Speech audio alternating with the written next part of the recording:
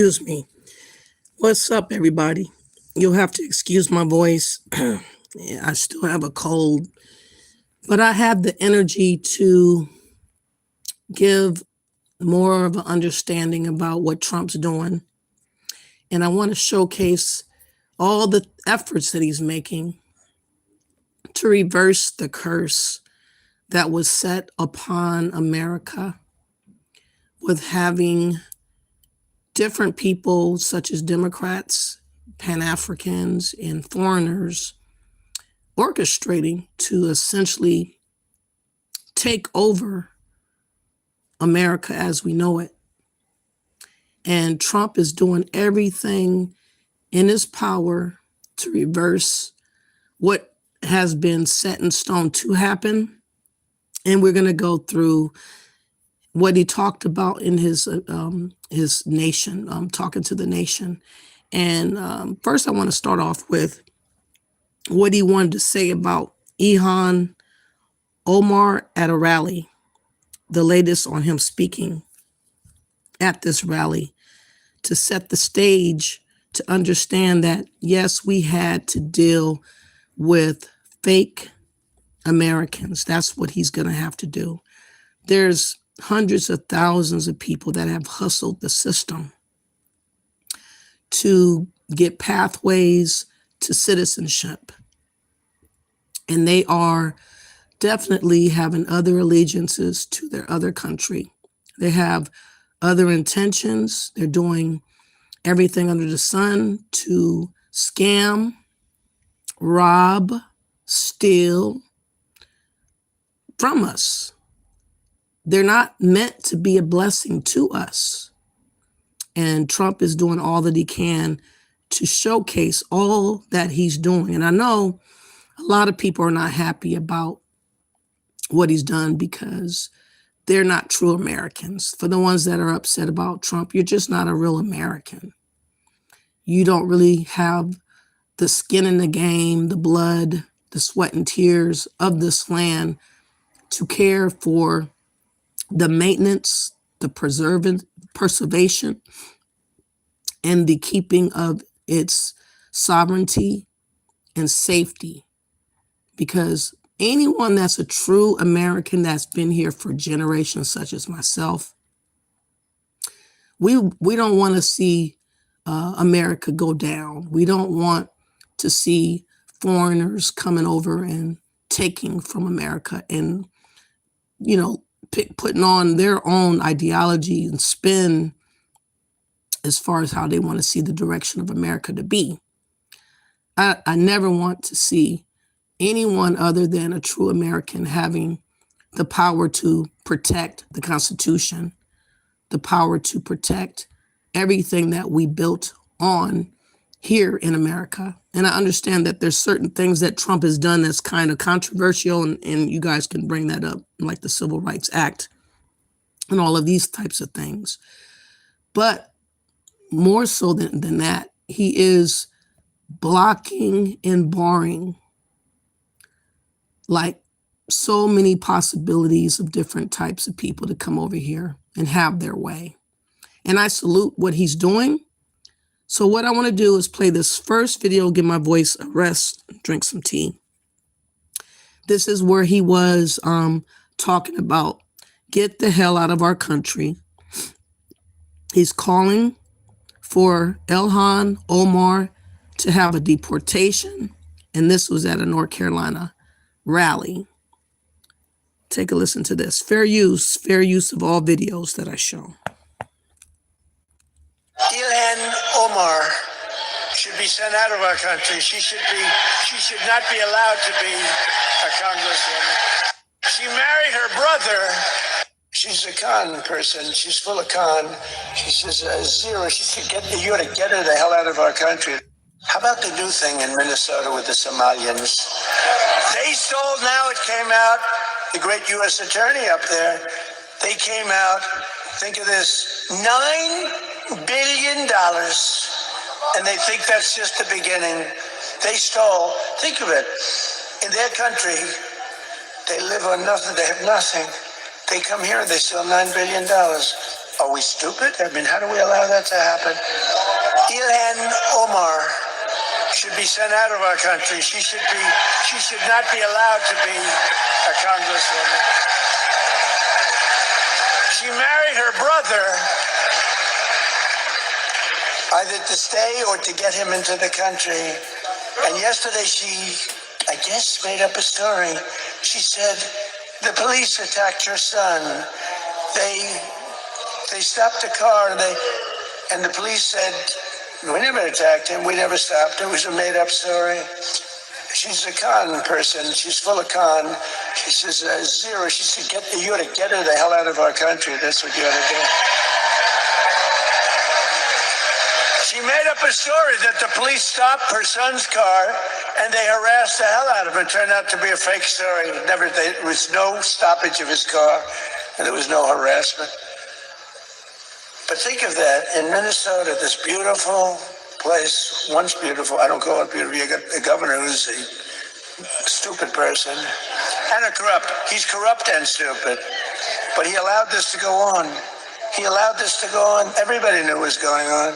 But what nobody knew is over $9 billion. And the people of Minnesota are not happy. And you know who's running for governor? Mike Lindell. Do we like Mike Lindell? That man suffered. That man suffered. What he went through because he knew the election was rigged. And he did it. He just did it as a citizen. Mike Lindell, I'll tell you what, every time I introduced him, he got the biggest hand. I hope he does great. He deserves to do great. That man suffered. These people went after him. They went after his company. They did that with me too, but at least I knew what I was getting into. He was just a guy that said, geez, this election was so crooked. It was so rigged. He fought like hell. That guy deserves to be governor of Minnesota, I'll tell you right now. He's a great guy, too. But I'm bringing the prices down, and I'm bringing them down fast. You know that? As I saw the other day, and as I showed to people the other day, I made a speech. It was very well received. You know, we had one problem. I put up these gorgeous charts, and it says chart. And I'm, sort of talking about the chart. You're reading into a piece of glass. I got no audience. I got just people, very hostile people waiting around. And I'm reading into a piece of glass for 22 minutes, and I talk about the chart. The networks didn't put up the charts. Only Fox put up the charts. Fox put them up, in all fairness. When we get angry at Fox, we have to remember that. They put up the charts, so you can start putting them up now if you want. But we put up these beautiful charts that were very... Look at that. But I very much like the chart from Butler, PA. I like that much better. That's my all-time favorite chart. All right, so he's leaving no stone unturned.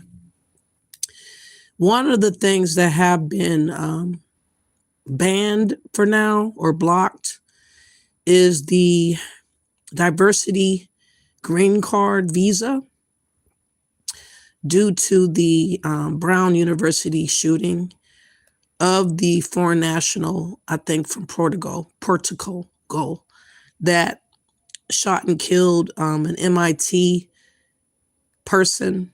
And I think that he needs to freeze it for the rest of the time of him being a president. The truth be told, that's how I feel. I literally feel like we have way too many people over here that we do not know who they are, what they're on, what they're capable of doing, what they're planning. And we need to micromanage everybody that's here so far. And for the ones that cannot benefit us as a collective, they got to go. For the ones that are just here feeding off of us, they got to go. For the ones that scammed and schemed, they got to go. I have no problem with Trump's aggressive approach to what he's doing. He's being a real man. He's not pussyfooting around. He's not playing games. He's telling you exactly what he's doing and why. And we have a right to be sovereign and protected. For those that want to cry, oh, what about the children? What about the world and other places? They really can't. Well, they're going to have to figure it out someday. And maybe this is the day that they figure it out. Maybe this is the day that since they can't come over here from 39 different countries, that they're actually going to stay home and figure stuff out and talk to their neighbors from other borders, maybe get together and do Zoom calls. They do calls and conventions when it comes to talking about Black Americans' reparations. Ghana's President Mahama recently did a summit talking about our reparations, but all these different changes, nobody knows how to get together to talk about the fact that they're not, well, Ghana's allowed to still come to America, but other countries affected by the travel ban, why can't they get together and have a convention to talk about what they're going to do differently among themselves to aid each other, support one another, relieve tensions and warrings and whatever the hell they need to do for that so-called Pan-African talk? This is the jig is up as far as lying to American-born indigenous Americans here in America about how much better it is in Africa, because we see all you Africans are pissed that you cannot come over to America no more, especially the Nigerians. And I'm glad that Trump is doing what he's doing. Let's get to this first part of why that lottery ticket now is being suspended. And I think it was the smartest thing to do. Let's look at this. Fair use of all videos that I show. Firearms. The man Hold identified on. as a By the way, thank you for being here. Let me see what you're saying. Let me go back up. How you doing, G fam? Thank you for coming here. You said I'm true American and I wanted Trump to win. So did I. Gabrielle says, I understand what you're saying, but Trump's short-sighted by his American first thing? I don't think so. Why do you say that, Gabrielle? Don't you think that we have a surplus of individuals over here and that we need to know who is who and what they're doing here first before we keep slamming other people on top of those people? Yes, get her out. That's right. She's sick. Get her out. And all the Somalians. I'm not quite sure if he's going to be able to get all the Somalians out because I know that is a high number of scamming going on among them. And it does benefit them because they think in terms of their group or clan. I don't know if some people acted more individually to where they're not connected to these scams and frauds. But I think that people should be thoroughly looked into, researched to see if there are other ties to the frauding on their part. And if it is true, they need to go to jail. Everybody else that does a crime that is an American, they don't get sympathy and empathy. They go to jail. And these same people, whoever they are, young or old, need to join in the festivities of being taken to jail. And for those that are not proven to have anything connected to the fraud and they are here naturalized, perhaps there should be more protection for them. But that's not my plight to really care one way or the other. It's my plight to care about true Americans, and that is the Americans that have been here for generations. Those are the Americans I care about. All the others can fight their own fight and go to court and see where their cards lay and see how they do. Okay, moving forward. You said, I'm so tired of him constantly campaigning instead of doing something to help our country come back. He's a divider. I don't think you're paying attention, Wise Patty. He's doing an awful lot. He is the most productive president I have ever witnessed in my whole entire life. This man moves around like he's 35 years old. He's doing all kinds of policy change here, doing this, and he's doing a number of things I can't even keep up, to be honest. So I don't agree with what you're saying. Yes, God bless Trump. Indeed. You said, yeah, he needs to stop letting people push him around. Exactly. He's not doing that. You said he's not bringing prices down, and it's real hubris for him to say he's doing it single-handedly. Well, maybe he does stretch a little bit about what he's saying, but he is doing an awful lot. You cannot take that part away from him. Check Epic says he dropped every price. Find one. He didn't drop. Okay. Mega has to go. William Perry says, okay, I'm not mega, so I don't know why you're saying that, but okay. William Perry, you need to go and stay gone, okay? Trump and his team are the best for Americans. Last administration didn't do anything but brought in chaos. You ain't never lied. And C. Birch says, LMAO, Somalian isn't a word, it's Somalis. Okay, so obviously I don't talk to them. Obviously I don't know them like that. Somali, thanks for that. You said he lies all the time. Best president ever, Trump. Immovable says, I think he's better than Biden. You got to give that to Trump. He's way better than Biden. So now, let me get to something that I really want you guys to hear. I was looking around on YouTube in the last couple of days, and what I've noticed is there is an uptick of many Africans that are scrambling to talk to the indigenous American Black. They are arguing with us about why we don't care about their plight. They're trying to make it seem or make the case that so-called being Black is the reasoning for why we should care about them. And I have to be honest with y'all. That is a hustle. That is a lie from the depths of hell. I'm not in Pan-African because you are not either.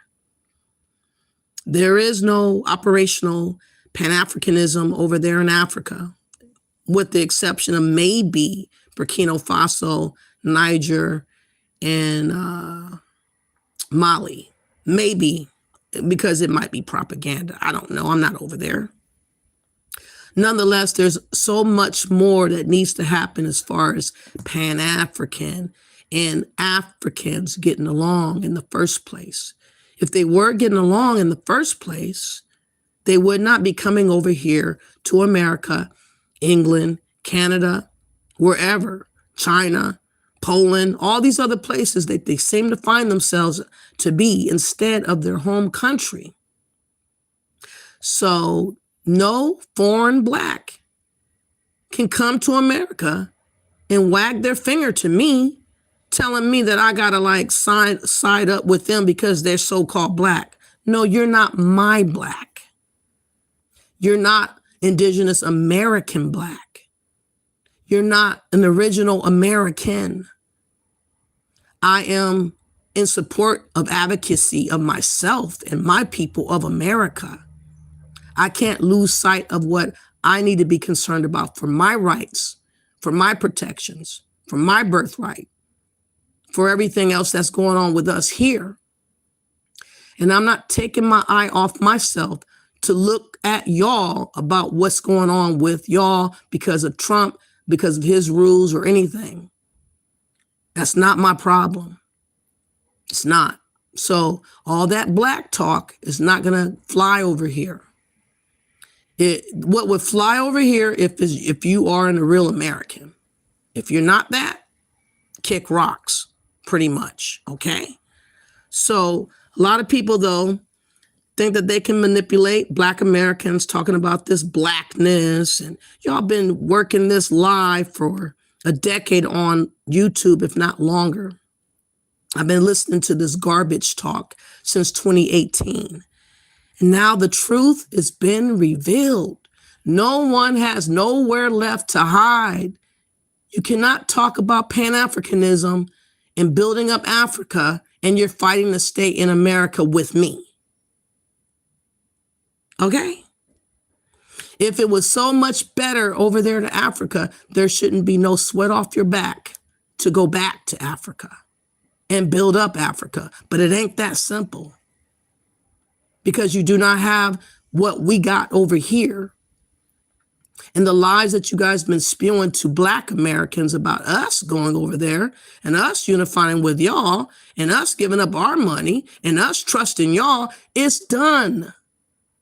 Y'all been scamming us. You've been scamming our America. You've been scamming the system. It's over. And I want y'all to know that it's over. But I want to share with y'all, I was listening to Kala Nation. He is a so-called Pan-African, and he has a whole host of foreign Blacks that go on his platform talking hella shit, hella greasy about Black Americans every chance they get. And the conversation was about Somalia and all the scams that have been coming out. And somehow there were a few of them that wanted to defend Somalis. And I want you guys to hear the interaction of this live, because it got very, very interesting. But I just want y'all to understand, they're here to take. They're here to sit next to us without warranted any protections or any rights granted to them. They just want to get whatever we got. They want to be equivalent to us. We are American, though. They are foreign born. They came over here, did some slick stuff to get over here. And then they're like talking like, we're just like you. You're not like us. You're not of the soil. You do not have ancestries back in the 1800s, 1700s, 1600s. We've been here for hundreds of years. I'm not going to equate your being here 30, 40 years, maybe 50 as being equivalent to 500 years. Stop it. We're not doing that. That Black talk is garbage. It's not working anymore. And for those that still hold on to the Black card, you're dumb, because nobody else operates like that. Everybody else operates about their tribe, their nation. One of his guys that. So I want you guys to hear this. So let's start with this. This is Kala Nation, fair use, and we're going to listen to this so you guys can get an idea about what they be talking on and how gullible and stupid Black Americans are if they listen to what they are talking on. I work with, where I take their certifications, right? But Colin, your government don't abide by any treaties. They usually break treaties. That's why I said I can tell you're not in the professional world. I can tell that, right? The bottom line is, I could tell when I was not in the professional. Colin, I'm just speaking facts. It seemed like you're hating on the Somali. Kwame, let me stop you right there. The law is the law. I gotta abide by the law, right? When I build. Okay, have the U.S. government broke treaties, Colin? I don't care. It doesn't make it thing. When you're here in this government, in this country, you have to abide by the law. So why did Trump free? He freed one of his guys that that pulled off a scam for nearly $2 billion. All I know is if you're stupid enough to think you're going to get away with the same thing they get away with, you are freaking stupid. So it sounds like they could bend the laws depending on. Give me an example. Give me an example. I just quoted. I just gave you a reference. Hold up. The guy was convicted. He's a president, right? He could pardon whoever he wants to pardon, right? Just like Joe Biden pardoned his son Hunter when he was convicted. That's what they do. Yeah, so it's not a law. That does not say crime is all right. It just means the president can make exceptions. That's the power, you know? So why you can't make an exception for the Somalis? No, I'm not going to make no exception with no damn Somali. Because one, they came over here as the guy that's speaking, talking about why don't we give exceptions to Somali. He is Jamaican, living in America, I believe naturalized by now claims to be an American. Him, of course, doesn't care about Jamaica because he never talks about Jamaica like that. He's always talking about Pan-Africanism. He's always talking about us building up Africa while he's in America. He's always got words about what we doing as Americans, acting as if he is our overlord, acting as if he is our overseer. Many of the melanated global Black folks have this attitude like they're supposed to dictate to the true Americans of America, me, Indigenous American Black, who is not an immigrant, who did not migrate over here, who's been here for centuries, that we're supposed to somehow drop all our concerns, all our thinkings about how we feel about being where we are, and put all our efforts onto people like him, people in Africa, people in the Caribbean. I'm not nobody's mama. I don't have kids. I don't need to take care of other people's affairs. It's not my problem. His problem is he thinks he has the code of ethic of what to do for us to adhere to. And I'm saying, you don't. I don't care about what you guys believe as a Pan-African, as a foreign melanated Black. You're not dictating nothing to me. Okay? Go back home to Jamaica and dictate to them. Go to Africa, help them out and dictate to them. But speaking to me, you're talking to yourself. Let's go. Exception with no damn Somali. Because one, they came over here as guests. You know? They came over as guests. You know? Honestly, they don't friggin' belong here. You know? Some white people feel like you don't belong in their country. No, it doesn't matter what they don't feel. And he says in their country, this is just as much my country as it is the white people that have been here since the beginning as well.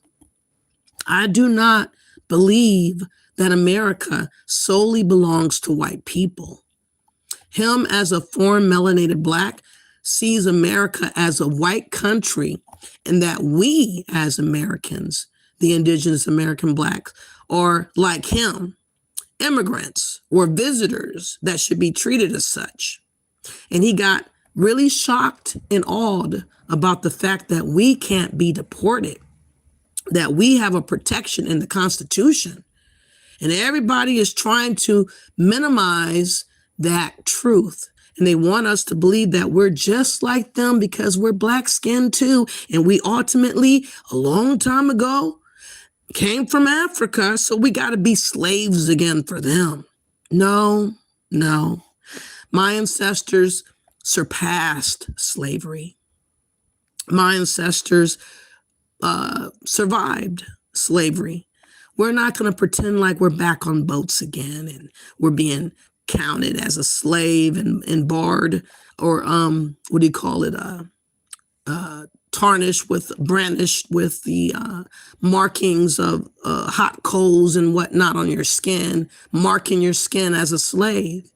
That's what these people want us to believe, though, because they get leverage off of us being stupid. They get leverage for us to look at them as being just like us because it keeps us bounded to the notion of being a slave. I'm not claiming being a slave. I claim ancestry of slavery, but I'm not a slave today. So all that talk about slave talk, you're trying to use voodoo on us, talking all that reckless, stupid stuff. Save it. Here, my ancestors were here longer than most white people were here. Well, according to the Dred Scott decision, they didn't view I don't you as American. Fuck the Dred Scott decision, right? I'm here because my ancestors were here since the 1600s. Before most of the English people came here, my ancestors were here. And what was their status in the 1700s, 1800s? Some black people were indentured, some were free, and my ancestors were actually slaves. Was they citizens? No, but it doesn't matter. It doesn't matter. Okay, so they created a country, right, and a corporation. What country they created? People, right? But I don't have to. And this is what they don't understand. We put blood, sweat, and tears in this country. These foreign blacks haven't produced shit. He's arguing with us, trying to get us to explain ourselves to them. And this is the part that confuses me about you, Kala. How the hell do you have to explain anything to an immigrant that's barely here?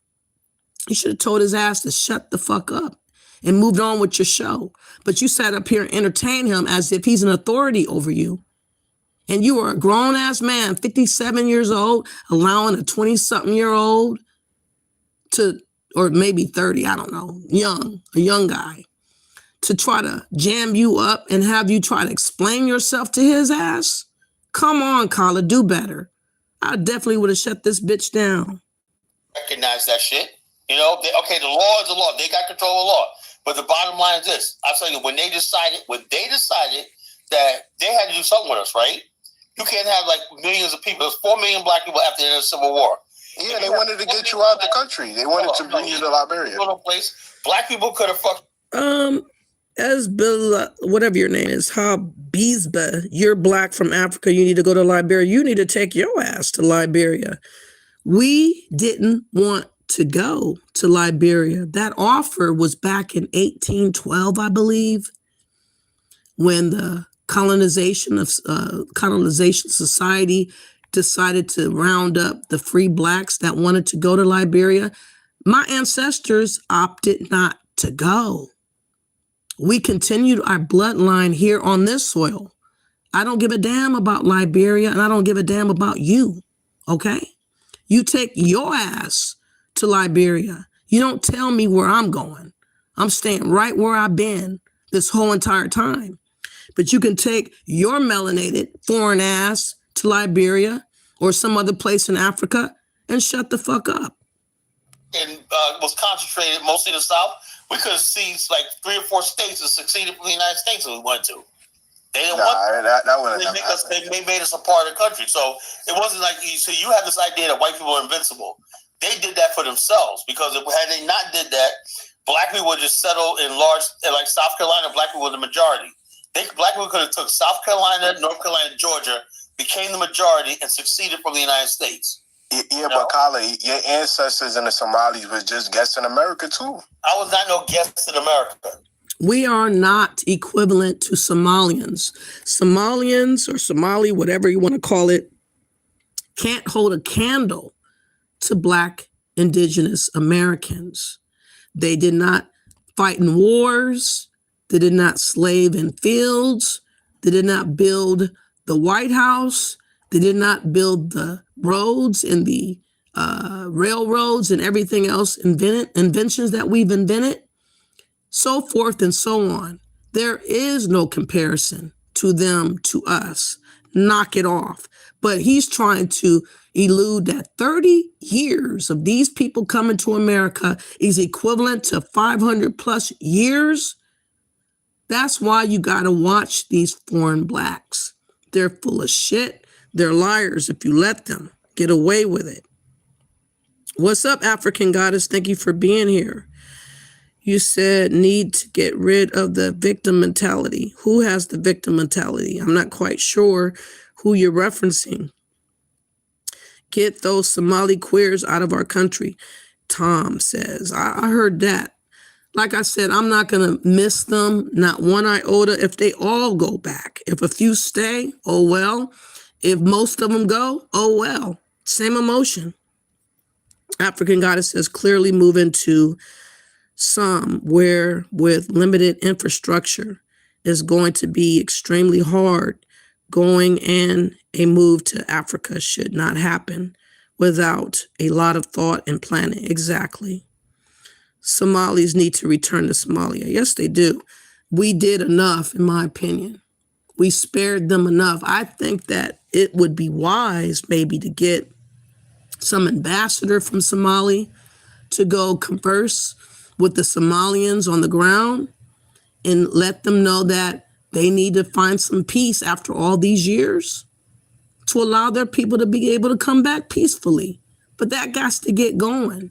That's got to get started. All this holding us hostage because they refuse to set aside their differences and figure out how to move forward and regulate their country, their nation. It should not fall on our laps to have to deal with that shit beyond what we've already done. So no, I don't feel sorry for Somalians or Somalis, whatever you call them. They need to go. You said it's the LGBTQ agenda. Okay, why do you say that, Vince? Clowns, all of you, what the F you doing on a Discord call? Arguing with grown men to 40 people. I'm not arguing with nobody. I'm talking, I guess you're talking about who they're listening to. I don't know. African Goddess says, to in movement, they probably need to go to other African countries and behave themselves. Their Somali is not safe, still not safe. Yeah, they got Kenya that they can go to. I mean, there's other places in other areas of Africa. Test that Pan-African garbled talk. Test that Pan-African talk to Burkina Faso. Test that, Pan-African talk to Senegal. Test it to Ghana. Talk to them. You got representatives. Somalis got representatives. They got a caucus. They can reach out and talk to them and see about what they can do about moving them over there. Okay? It is not our problem to keep trying to take and coddle these people. It's not our problem to be trying to treat them like chosen people. They're not my chosen people. And they're not black. They're not the right black. They're not American black. And that's the part that matters to me. African Goddess says, in fairness to Kala, I think he was trying to educate his audience. You think? Well, that's the first time in a long time. Black people were laborers, no more just plain tote that, move that. No, we were more daring than just laborers. We fought in wars. We did a number of stuff and we went through a number of stuff. Jim Crow, remind you? Redlining, does that remind you? Crack era, does that ring a bell? Tulsa, Oklahoma, does that ring a bell? So many other destructive cities and accomplishments and towns that we built were decimated by our government. So no, we weren't just laborers, Darren. You need to do a little bit more research. African Goddess says Somaliland is peaceful. Somali and Jitabu, I don't know what that is a majority Somali speaking country. Well, they can go there too. And what's up, Lynette? How are you doing? Thank you for being here. If you guys have not yet, please hit that like button. Let's get back to this. These people came over here as refugees. What did you want me to read the transcript from the dress code decision? You're not gonna sit here and tell me that I'm on the same level of fucking Somali. You on crack? No, I'm. What I'm saying is, you're saying that they just guess. They have a homeland. I don't. Kala, we do have a homeland. You dummy. Our homeland is America. He wants to not allow us to accept the fact that we belong here because he's a dumb Pan-African. And this is why I don't like Pan-Africans, because they always talk about us not belonging while immigrants are trying to fight to belong. You got to stand your ground as the original American, which we are. And you guys, as Pan-Africans, cannot represent us because you guys are lame, sorry individuals that say reckless, stupid stuff. And we will never follow you because you're dumb. So Liberia's not your homeland? I don't have a country called Somalia to go back to. They have a country. I don't feel sorry for anybody who has a country. Okay. I'm serious. All I'm saying is you have a country, right, that you were born in, right, and you got so-called land in, a government, whatnot. All these people have shit that we do not have, you know? Which is true. All we have is America, really, you know? But I think you should be fair and, you know, criticize. I am being fair, you know? No, I think you're criticizing them. I'm fair. I wish they were gone, you know? Simple as that, you know? All right, let me get Dark Migo. Dark Migo, go ahead, bro. Yo, what's going on, Colin? What's going on, brother? Nah, yeah, I was just going to say, I definitely agree with you on the Somalis going to have to get up out of here, because I'm like, he talking about, you know, we guessed or something like that. I'm like, wasn't we brought here, you know, against our will? Get the fuck out. Who is this talking to me? Dark Migo.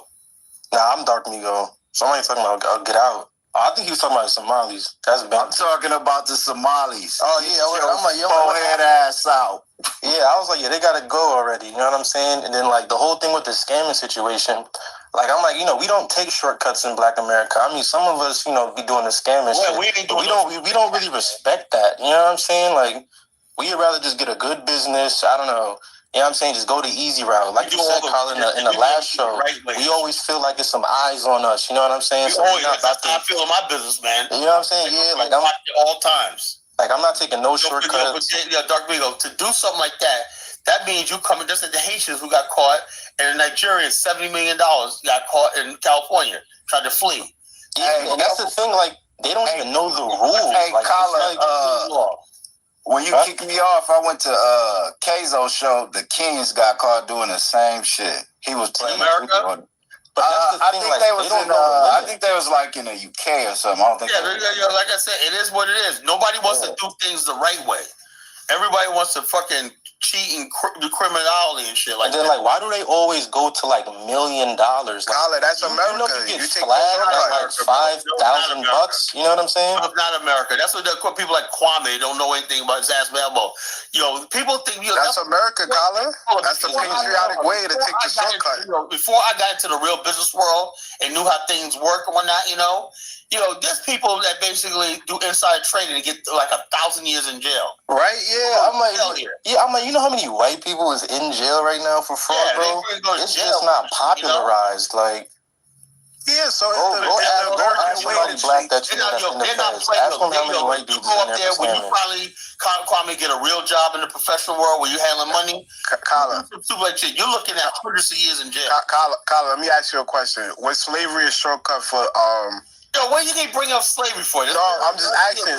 Was it a shortcut for? So in other words, basically for capitalism. Because of slavery, you feel like you could just. That's another thing. That's a the criminal-minded, deadly clowns, right? They figure because of slavery happened, that gives me the right. You can just take from white people. No, I used to have that same dumbass mindset. Was slavery a shortcut for capitalism? Bottom line, look, they got away with it. Right, that's what I'm saying. Kwame, just let them have it, right? I mean, I don't know what kind of question they got away with it, whatnot. And so they over here complaining and trying to convince Carla to be on their side of immigrants. That's all this is. American first, exactly, Zach. Oh, somebody else says Argentina first. Well, they did make a lot of money recently from Trump, which I don't get that part. I don't agree. Guns linger, rolling. That $40 billion should have been given to Argentina. Definitely not for beef or whatever the heck that was. Someone else, Lloyd says Israel first. That's your opinion, not mine. African Goddess says, not excusing the scamming, but when people come from low trust environments, that culture will not disappear just because they are on foreign soil. Yeah, they bring their scams with them. You can go bye, but Felicia, you can get the hell out. If you don't like what's being said, you can go bye-bye, okay? African Goddess says, Kala is right, scamming is not good. And it's responsible for a lot of the problems we have in Africa. It definitely is. I honestly do believe that there's a scamming culture in Africa and the Caribbean. definitely. And all over I think immigrants overall have their own degree of scamming that they do. And it is not a benefit for Americans, for America, none of it. So let me get to this other video real quick. I want to show y'all why Trump is doing what he's doing to pause green card lottery. Let's look at this, because a lot of things are heating up. That killing at the Browns University triggered this pause or stopping of the green card diversity visa. A man suspected of carrying out a deadly shooting at Brown University and the killing of an MIT professor has been found dead after a multi-day manhunt across the northeastern United States. Authorities say the suspect was a permanent U.S. resident who entered the country through a federal visa program, a detail now shaping the Trump administration's response as it presses ahead with a broader immigration crackdown. Police say the man died by suicide and was discovered inside a storage unit with 2 firearms. The man, identified as a 48-year-old Portuguese national, had previously studied physics at Brown University. Officials say he'd been a permanent U.S. resident since 2017 and is believed to have acted alone. Still, there's no confirmed motive for the attacks. This evening at approximately 9 p.m., federal agents breached a storage locker in Salem, New Hampshire, in search of Claudio Neves Valente, a Portuguese national we believed shot and killed 2 Brown University students and an MIT professor in Brookline, Massachusetts. Federal agents found Neves Valente dead from a self-inflicted gunshot wound. The first shooting occurred on December 13th at Brown University in Providence, Rhode Island. Police say the suspect entered an academic building while students were giving exams and opened fire. 2 people were killed and 9 others were wounded. University officials say 6 of the wounded remain hospitalized in stable condition. 2 days later, on December 15th, MIT physics professor Nuno Loureiro was shot and killed inside his home near Boston. Investigators link the 2 attacks triggering a large-scale manhunt across multiple states. Authorities say the suspect attempted to evade capture by switching license plates and using a mobile phone that was difficult to trace. The case broke after investigators connected financial records and surveillance footage from multiple locations. On December 13th, Neves Valente entered an auditorium on Brown University's campus during a study session and began shooting at students, killing Ella Cook and Mohammed Aziz Umarzokov and injuring 9 others. Between December 13th and December 14th, Neves Valente returned to Massachusetts. On December 15th, he murdered MIT professor Nuno Loureiro at Loureiro's home in Brookline, Massachusetts. In an affidavit, investigators said campus custodians' observations and an anonymous Reddit post helped narrow the search for the suspect. In the immediate aftermath, Homeland Security Secretary is now announcing the immediate suspension of the diversity visa or DV1 green card lottery, saying the suspect had entered the United States through the program. Now, the program makes up to 50,000 visas available each year through a random selection process among entries from countries with low rates of immigration to the United States. Okay. University shooter Claudio Manuel Neves Valente. Let me read a little from CNN Politics. Sorry for my voice being a little bit off today. I have a cold, but I have the energy to speak, so I'm going to try to do what I can. It says the State Department is indefinitely pausing a visa program intended to admit certain individuals to the United States, known as the Diversity Visa Program. Secretary of State Marco Rubio has indefinitely paused the issuance of diversity visas until we can be sure we know exactly who we are letting into our country, a State Department spokesperson said in a statement Friday. The move comes after the suspect in the Brown University shooting was identified as a green card holder who immigrated to the country through the program. It's the latest attempt by the administration to broadly tighten the U.S. immigration system following domestic incidences. And normally this program would allow about 50,000 people to come into the country a year. Oh my God, it's way too much, y'all. Way too many people, in my opinion. That should have been looked at a long time ago. These people are not Americans. They should not be given privileges as if they earned something. Just letting people just waltz on in and set up shop and do what the hell they want to do. Not no more. And I'm not mad about it. I'm not mad about it at all. Trump is doing the right thing. He's being righteous to us. Finally, we get something that's for us on our home turf as Americans, instead of just giving away everything we got to anybody that shows up or wants to show up and show out. I'm just so happy, finally elated that he has taken charge and not allowing us to be everybody's fool. I was so tired of being unproud about being an American, y'all. This is restoring my faith and hope as being an American. Now let's get back to this. They got away with it and whatnot, and we can't do a damn thing about it. Right? Yeah, like just the reason do something else, bro. Is because the people that we could rely on, that got countries and whatnot to back us up, you guys are fucking trying to come over here. But Colin, they can get away with it, but to capitalism, nah. It is a shortcut. They didn't pay the slave. It's a shortcut to capitalism. All right, they got it, bro. You feel me? All right. Okay, let me hear from they got it. Quick question. All right. Thanks, Colin. But Kwame, why are you caping for Somalis? They don't fuck with black people. They don't even claim to be black. Right, they'll rob you, bro. Yeah, they call you a slave or a jarir. They call you a jarir. So let them go back to their country. I heard Somalia. I got a question. Somalia is estimated to hold around 6 billion cubic metrics of proven natural gas reserves and 13 barrels exploited. Let them go. The white people.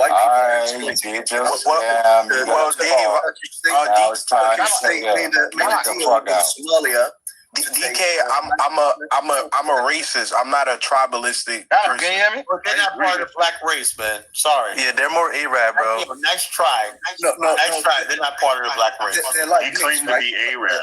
They're like those Sudanese Janjaweed. It's black people in America that claim to be Arabs. It's black people in America that claim to be It's black people in America that claim to be Native Americans. College Genesis don't claim to be Arab. It's more with. We claim to be American. Kwame, bitch ass nigga. We claim to be American. All these other groups, subgroups, whatever they are, whatever they claim, they don't matter. What we claim and what we should claim is what I claim, American. You as a foreign black who barely made it as an American by being nationalized, you're not true to the name of America. And you don't give a damn about America. That's why you talk so reckless about everything else but being a citizen of America, because it's not really you. You are faking to make it. You're pretending to be an American when ultimately you are a Jamaican living in America. And I wish that a lot of you guys go home. Go home. You guys are not doing nothing for us mentality-wise, monetarily wise, culturally wise. You're in our face all the time, arguing with us, debating with us. For what? You're irritant. You guys remind me of gnats that I got to swat at a lunch table, at a barbecue. You guys are annoying. That's all you guys represent, is how to annoy the indigenous American black, and we're sick of it. This is going to be a raw and relatable video for real Americans to understand why we got to like swat these people out of our faces and put them in their place. No more being nice. No more tiptoeing around topics. I'm going to tell you like I feel it. Period. Let's go. He's not black right now. Well, there's a clown. Those are clowns. Those are deadly clowns. More of the deadly clowns. An Israelite would tell you he's not black either. He would tell you I'm an Israelite. You keep mentioning the deadly clowns. Yeah, fuck all them. The deadly clowns. All right, let me get Mike Omogali on. You know. Got a quick question. Those I haven't been following the stuff, but I've been hearing from those Somalis that committed or whatever fraud. Are they Somali born Americans or no? Migrated? Your phone connection is messed up. Yo, Mike, man. Yeah, I thought that was me. Can you hear me? That Nigeria MTN phone. Oh, I'm in a vehicle, so maybe it's my car speaker that's crossing. Yeah, call back. Hold on. Get the fuck out. Call back. Yeah, it's like every time you speak, it's like farting or something. Yeah, but Kwame, I agree with Kwame. I'm a racist too, but if they don't claim to be black, then fuck them. Now suddenly Somali call themselves, even call themselves African American. I wouldn't give a damn if they called themselves black. See, these Africans are getting on the platform trying to make it seem like, oh, if you claim black, somehow we got to rally around those that claim to be black. I'm not rallying around no foreign black from nowhere. I don't give a damn. I'm rallying for myself and my people that is indigenous to America. You guys got to fight your own battle. Black is not going to be your protector. That's not going to be the covering that you think you got. Because if you're not American, we shouldn't care. Period. Dot. He's resetting the clock. He's changing stuff to uplift America as a whole and bringing back the morality that we have lost for so long, since it has been run to the ground by the Democrats. And these foreign blacks that come to America suddenly discovering that they're black, because before, when I was in college with them, they would never say that they were black. It took them a long time to get here to this name acceptance of being black, because they desire to take over that category of black and try to put their face as the lead or the person that's in control of what black people do and all that type of stuff. But no, we're not doing that. We're not going to do that. If you claim African or, if you can't claim black and you come from Africa, you're not dictating nothing to me here in America. You need to dictate over there in Africa. So this talk about black ain't going to save y'all. Y'all going to find out. The Haitians going to find out in February.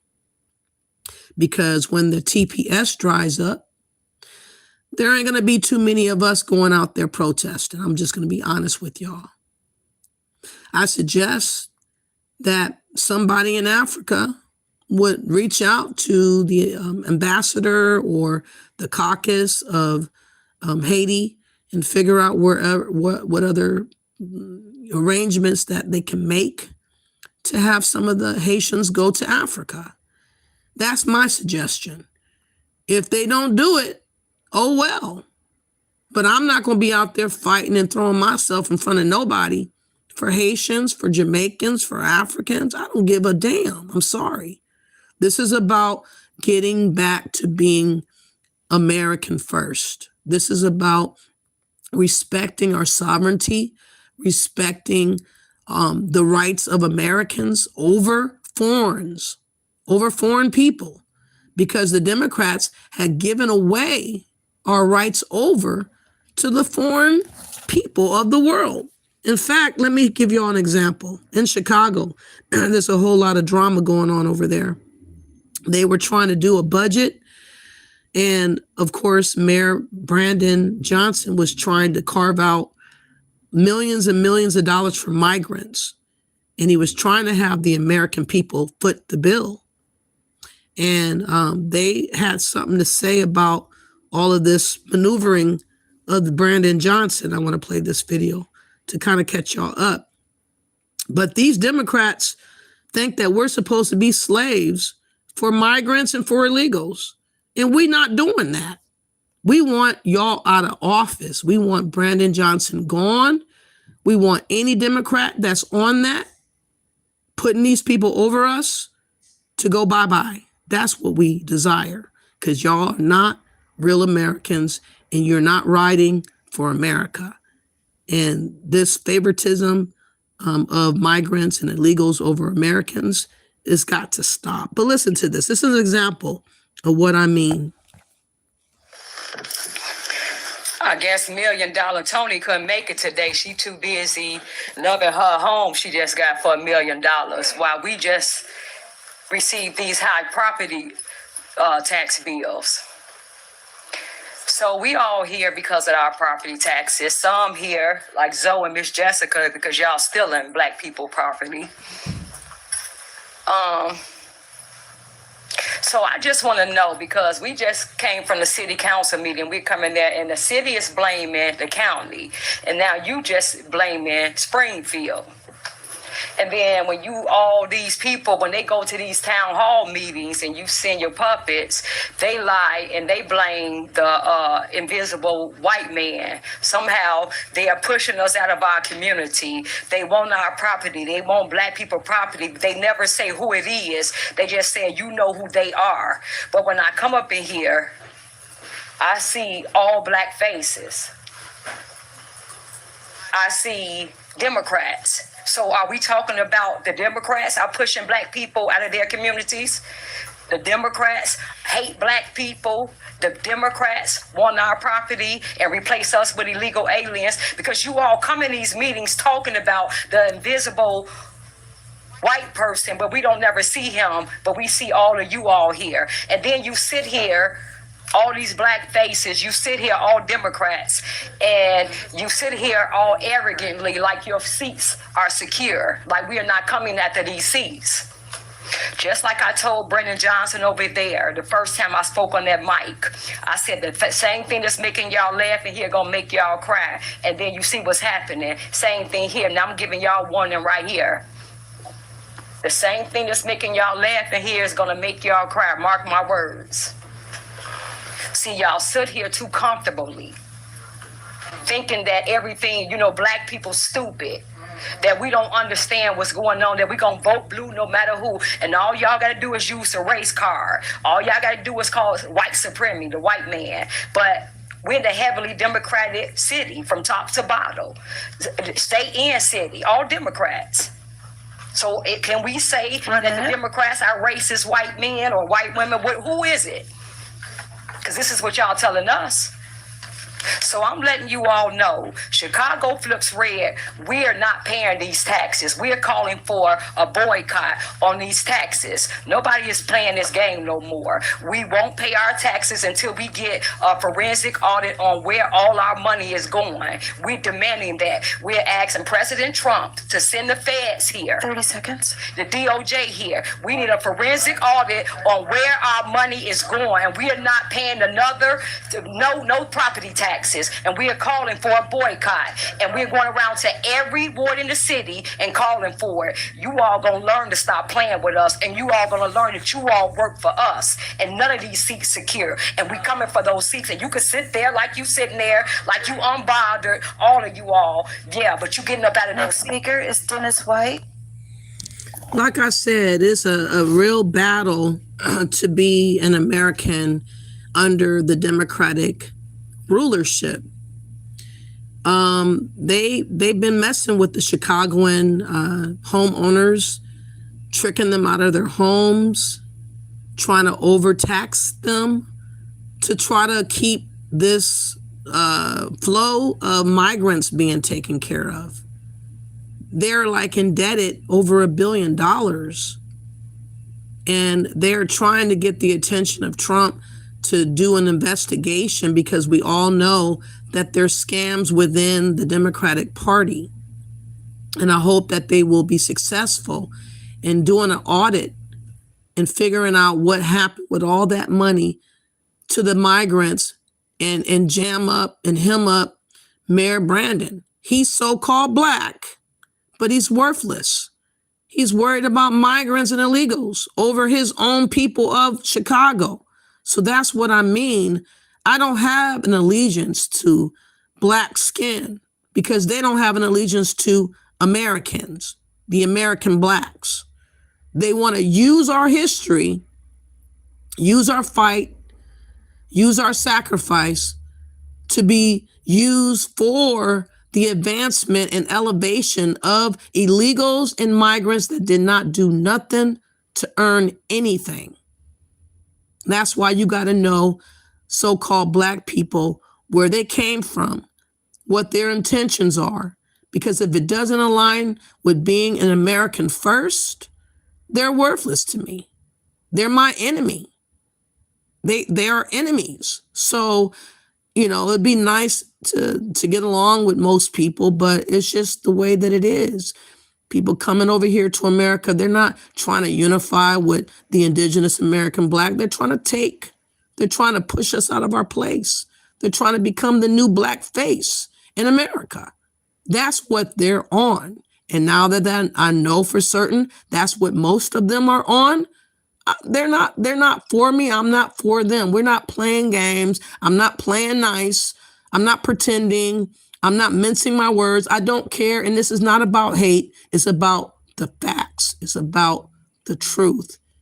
It's about understanding where we are and why we got to think and move the way that we do moving forward. Claiming that everybody's black and Pan-African talk is just a way of tying us down and holding us under. And I'm just not going for it. So I rebuke Pan-Africans.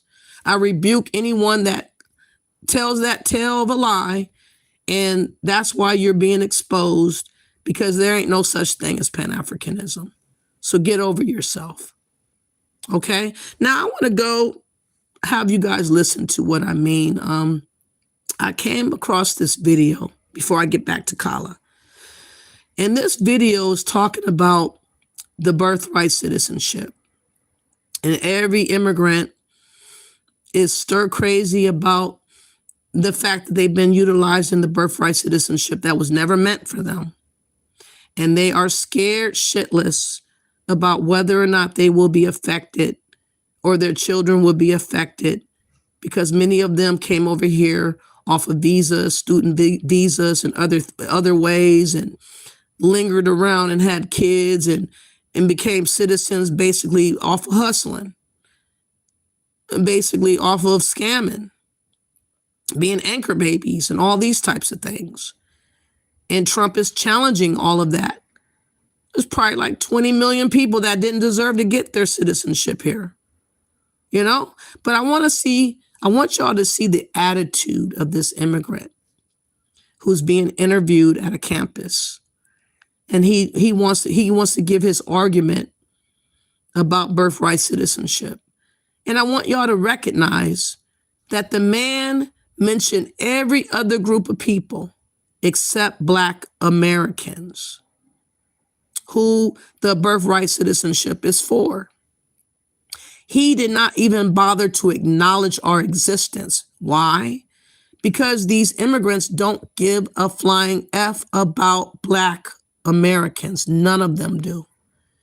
They only want to use us, abuse us, and kick us to the curb, and then wag their finger and talk shit to us. That's all they've been doing, and they all been exposed, and the jig is up, and now they're whining and crying about us caring, and we're not going to do that for you.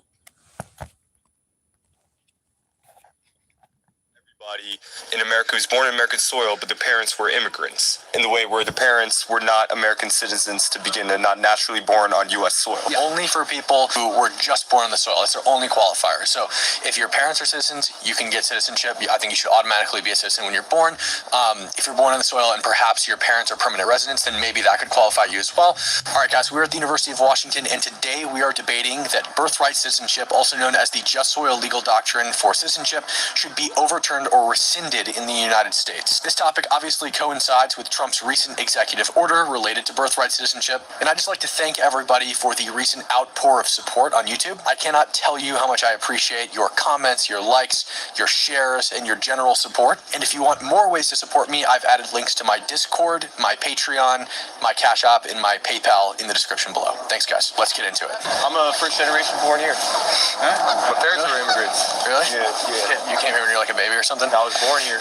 But in terms of like, banning birthright citizenship, it's basically me. Yeah. Okay. So let's hear. So you're in favor of banning birthright citizenship? I'm against it. You're against banning it? Yeah. You think we should keep it? We should keep it. Yeah.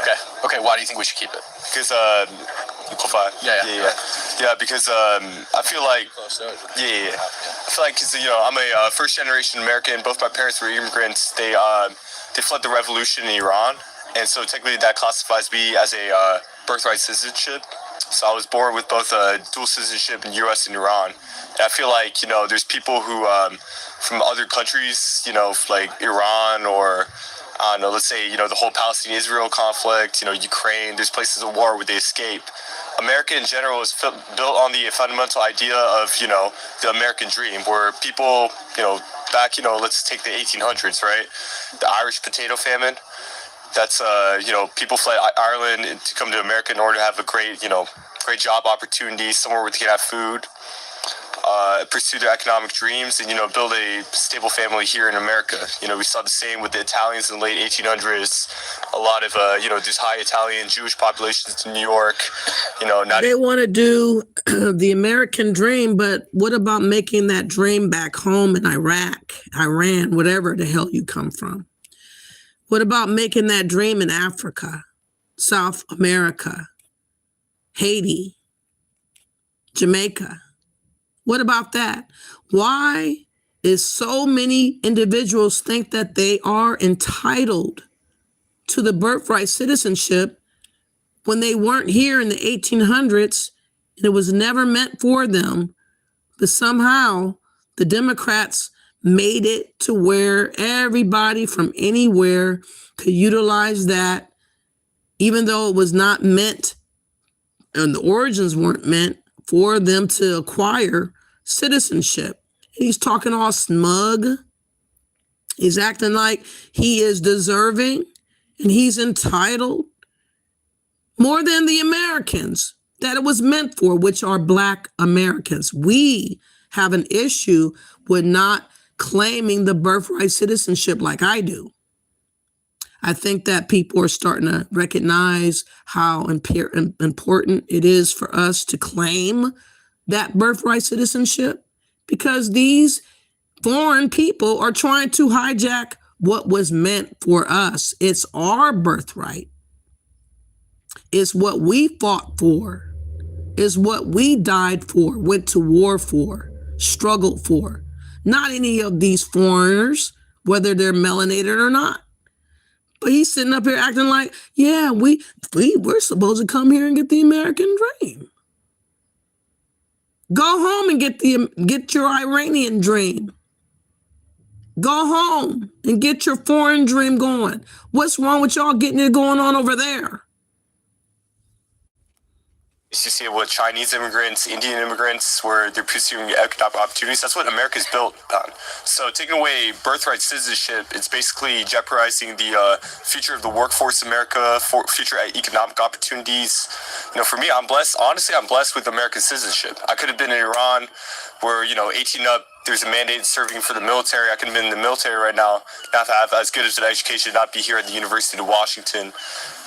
And yeah, that's basically the beginnings of my, just the basic foundation for my opinions. Yeah, sure. What's your take? Okay, so were your parents, by the time they had you, by the time you were born, were your parents both like naturalized American citizens? I think, they obtained American citizenship before I was born. My mom, my mom left, she was like 9 years old when the revolution happened. She moved to Germany for like 8 years, moved to Seattle area her junior year of high school, and then went to the University of Washington for undergrad, residency, medical school. And, my dad, he moved, so he served in the military there, and then he went to college, moved to New York in '94. He was there during 9/11, moved to Boston a couple years, then met my mom, moved out here, got married, had me and my sister. Yeah. So what I would say is that you should be an American citizen, but not because you were born geographically at random on American soil. I think that you should be an American citizen because both of your parents were American citizens when you were born. I think if you're born of American citizens, that should make you an American citizen, even if they immigrated here. If they were naturalized as American citizens, which your parents were, that makes you an American citizen in my view. Right? So just being born on the soil, I don't think does. You said that you think that America was built on immigration and the American dream and bringing people here and blah, blah, blah, whatever. And I agree with you. Again, it was not built on immigrants. It was built on slavery. It was built off of our ancestors. The economy and everything was built off of our sweat, blood, and tears and unalivings. And the immigrants come in to try to swipe away what was and try to make it all about them. That's why these people can't be trusted. They're liars. They can't even be honest and say, well, you know, this country has a long history of slavery. They really did a whole lot of people wrong that are Black. And we understand that, you know, without their efforts and their struggle, that we wouldn't have been lined up to get what we're getting. No appreciation, one iota. They're not appreciating nothing that we actually went through. They don't respect us. They don't like us. They hate us. That's why he didn't even acknowledge us. But this is what I'm talking about, the mindset of these immigrants. I'm not going to pretend like they're my brother and sister. They don't give a damn about me. So I don't give a damn about them. Make it easy.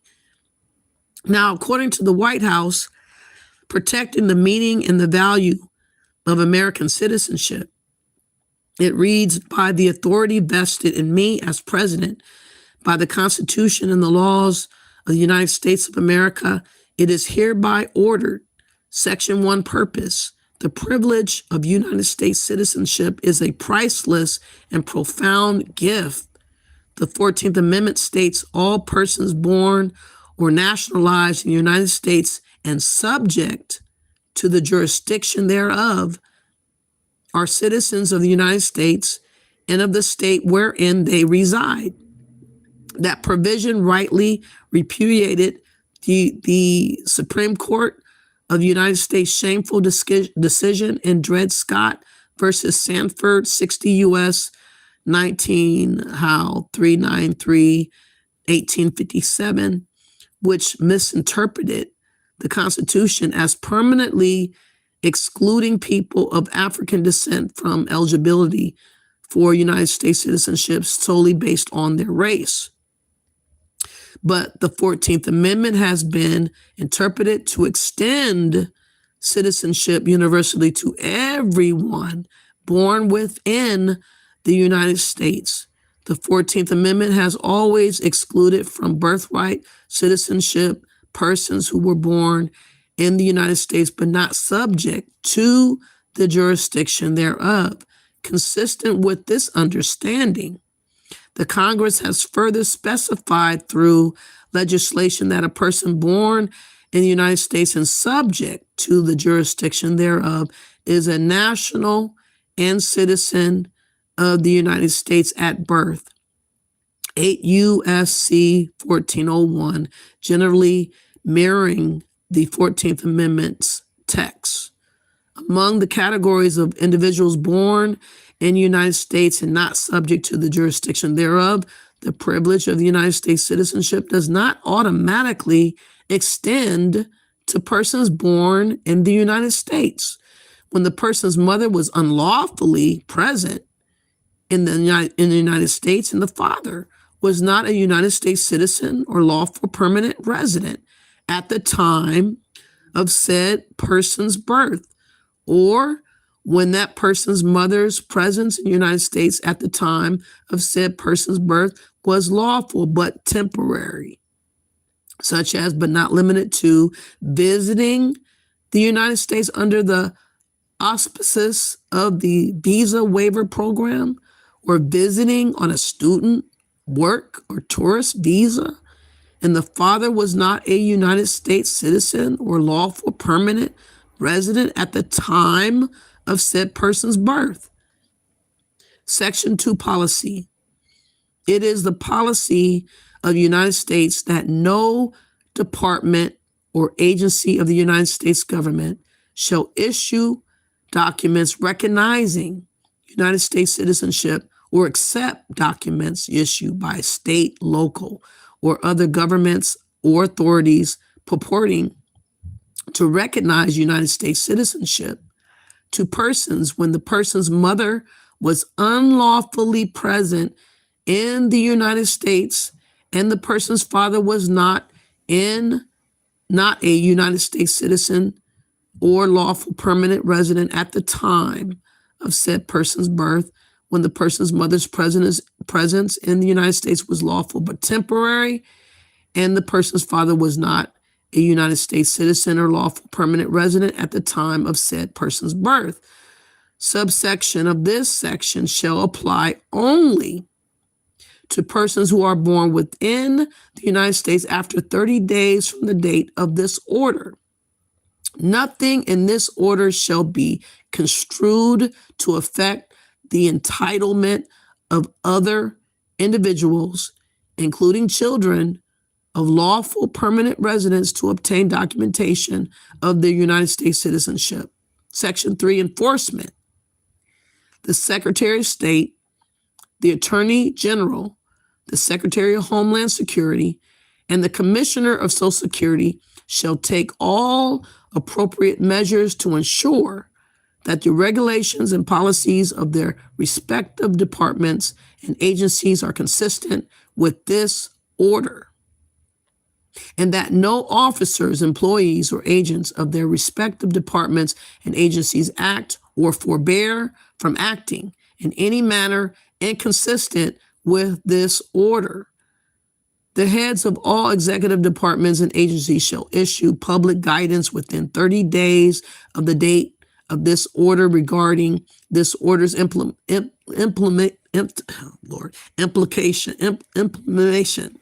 I can't say the word, it's got me tongue-tied. With respect to their operations and activities.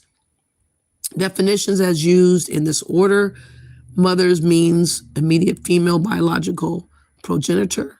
Father means the immediate male biological progenitor. Section 5, general provisions. Nothing in this order shall be construed to impair or otherwise affect the authority granted by law to an executive department or agency or the head thereof, or the functions of the director of the Office of Management and Budget relating to budgetary, administrative, or legislative proposals. This order shall be implemented consistent with applicable law and subject to the availability of appropriations. This order is to not intend to and does not create any right or benefit, substantive or procedural, enforceable at law or equity by any party against the United States, its department, agencies, or entities, its officers, employees, or agents, or any other person in the White House. January 20, 2025, he hopped on telling what he was intending to do and why. So now let's get back to Kala Nation. I want y'all to keep listening because it's about to get heated now. Now who has entered into the chat room is a Nigerian. His name is Mike, and he is arguing the fact that the birthright citizenship is for the Somalis as well, because some were born on the soil.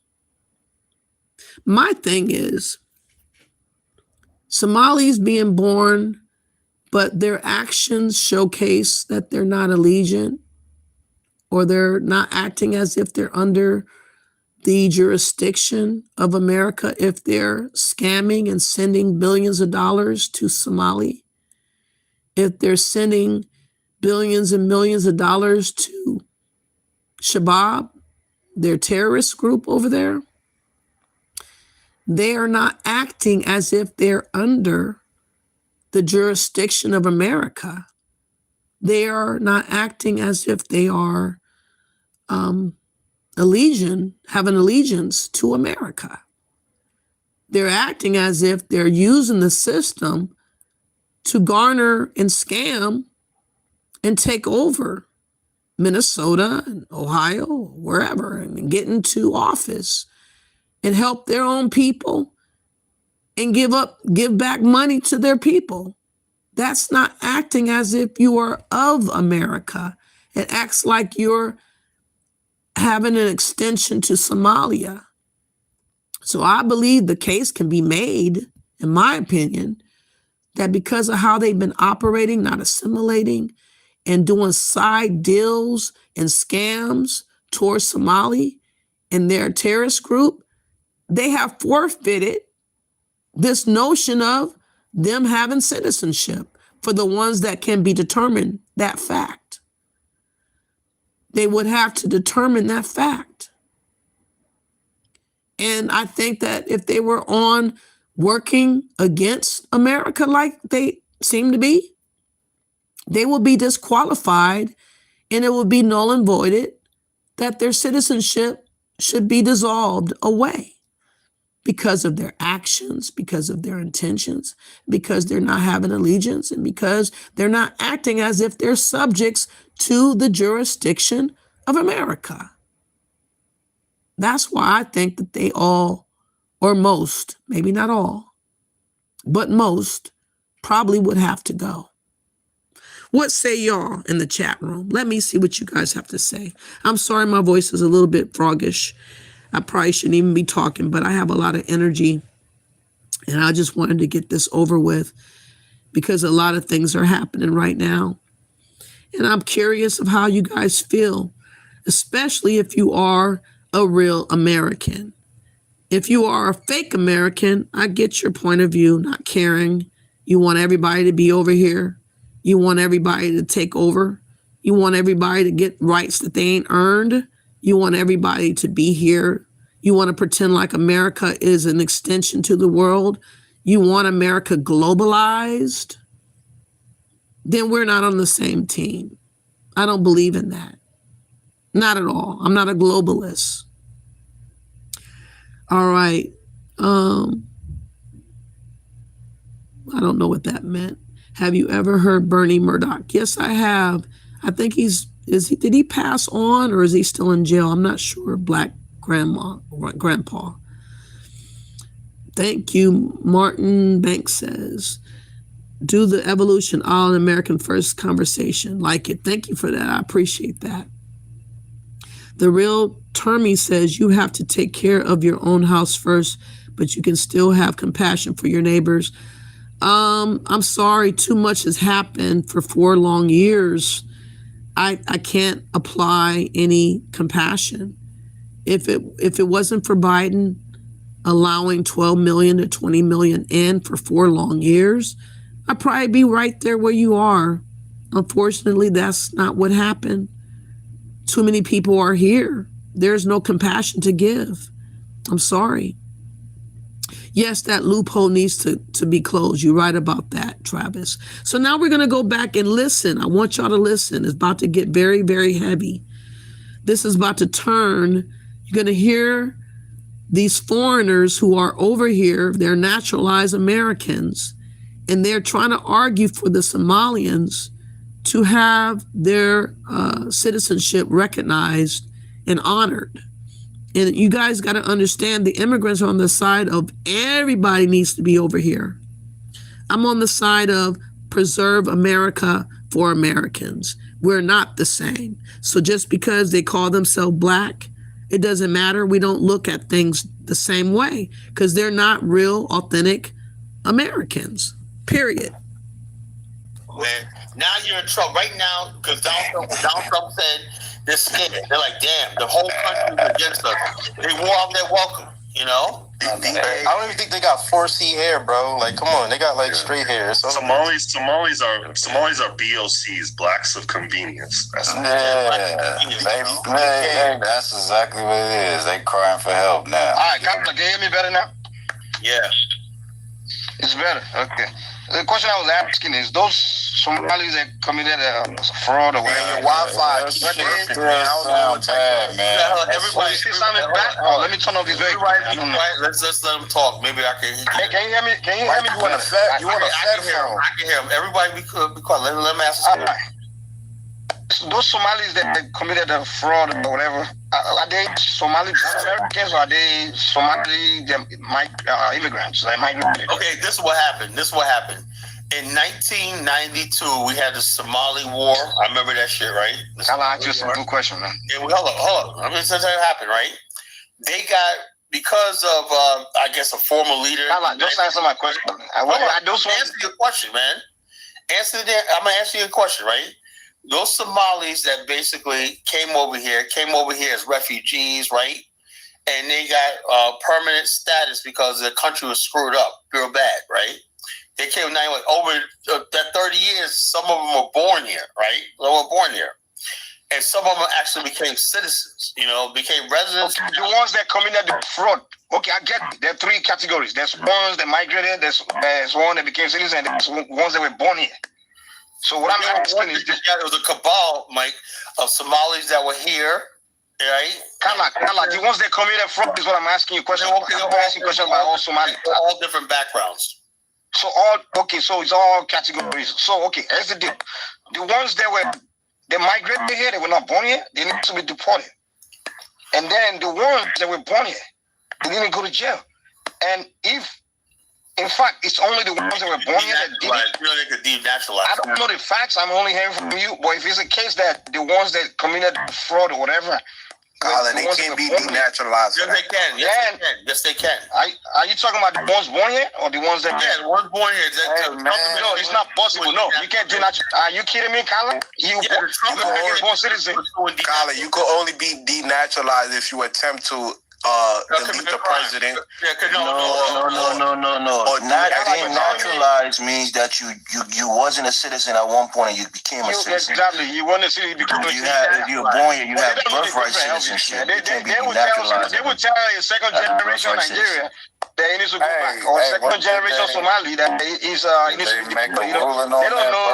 They just come here to talk. They don't know rules. But I got some information to add to this, right? I was talking to some Somalis, and I asked them that question, why do they say they're not Africans? And maybe this is a political answer that he gave me.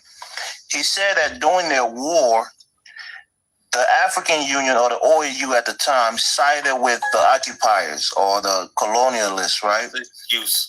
And they basically refused to support Somalis, and that's why they left the African Union and they aligned themselves with the Arab war. Because religiously, they were aligned with them. They felt like they were being targeted because of their religion. And also the African Union betrayed them. So they disassociated themselves with the African organization and aligned themselves with the Arabs. That's what he told me. All right, so it's religious. And it's kind of similar to when Libya was once with the Arab Union, and when Gaddafi left Arab Union to join the African Union because he felt that it's not religion. It's not religion because Burkina Faso is an Islamic country. Ibrahim Traore. So it might be a mixture of the two, because they're saying that it was a political misalignment with Africa that made them say they're not African, as in they disassociate themselves with all the African organizations and align themselves with the Arab, word. Because they have religious ties with the Arabs, so they feel like they were more protected there. Yes, but that's the point I was trying to make, though. If listen, what I was trying to find out. One person at a time. Mike, I ask you a question, bro. So, what point I was trying to make, if it's indeed that those that committed fraud were American-born Somalians, then you can't call it a Somalians thing. It's Americans that committed crime. It's kind of like when Trump was found guilty. Don't tell me that. Tell Donald Trump that. Calm down, man. Calm down. No, he's not. Hold on. Calm down. I'm just saying. He wants to deport them all, bro. Hold on. He's not deporting citizens. He's not deporting American. You up here trying to defend Somali foreigners, Mike? But let me just make my point. Don't derail my point. Well, you can cry all you want. You don't have power to do anything to anybody. The only power you have is to be online. Get the fuck out, nigga. You might get. You know, FBAs don't have power to do nothing to anybody. In fact, immigrants have more power than you. Shut your ass up. Go back to your more immigrant judges than people like you was talking about last night, motherfucker. You didn't think I heard you, man. Listen, in Nigeria, George, in Houston, Texas, you sentence of FBA to life in prison. So take your ass back to your village and enslave your people like you was saying last night, nigga. Who you talking to? Well, I can put you back in the plantation and you can pick some cotton for me. Black monkey. But anyway, Kala, here's the deal. Come here trying to defend no goddamn Somalians. Who's defending who? Kala, can you shut this monkey off, man? Mike, you talk. Why do you always have low IQ monkeys on your show? They can't control emotions. Yeah, you African, right? You your mama raised you up. All these single mother kids that always come on your show. Shut up and make your point, man. Goddamn. If you can shut your mouth. You've been talking for 5 fucking minutes. Goddamn. One person at a time. One person at a time. Monkey, shut up right now. Mike, go ahead, make your point. The deal is this: if an American committed a crime, there's no point of saying, "Oh, their background is this." Even when Trump was found guilty, you can't start saying, "Oh, German." Trump is a German descendant, so you can't start saying, "Oh, they deported all Germans." He's an American. You get it? So if a Somali American, it's an American that commits crime. If it's the one that migrated, then you can say, "Oh, he's a Somali." Yeah, but those people migrating from Europe, though. Yeah. No. The point I'm making is this: if this child of a European immigrant commit crime, you don't say, they're Europeans. They're Europeans. Difference. No, listen. You're not listening. For example, Trump's dad or grandfather, I don't know which. Yeah, but he's a white man. Migrated from Germany. Calm down. He came from Germany. So if Trump commits a crime, you can't say, "Oh, Germans. Oh, the Germans." He's white. He's an American. He's white. Kala, a definition of American is anybody born in America. No, that's a fucking white person. Kala, you're not American? Are you American, Kala? Kala, are you African-American? I'm an African-American. Yeah, nigga. No? Kala, are you American? It's a simple question. African-American, not American. You're not American, Kala? Use an African-American dummy. I am an American. I don't know what the hell you talking about. Kala, you cannot represent Black Americans. You are a coward. You are dumb and slow. You don't understand that you're being hustled out of your position. Of course you are an American. You're not an African American. You're American, period. But you want to just argue about holding on to that African American term like that's supposed to be precious to you. What the fuck? Ain't nothing precious about being called African. Africans ain't never did nothing for you. The fuck you holding on to a word that's worthless for? I'm an African-American, Afro-American. I am not an American. I'm an Afro-American. Okay, so Trump is what? Are you saying Trump is German American? No, I say he's a white man. He's a white man. You know, and America's about white supremacy, bro. That's it. Can I interject now, Kala? Go ahead, Abraham. Go ahead. Yeah. So the thing about Somalians, right, is that they have an inferiority complex to Arabs. They willingly let their women go and be enslaved as sex slaves in Yemen and Saudi Arabia and whatnot as well. You know.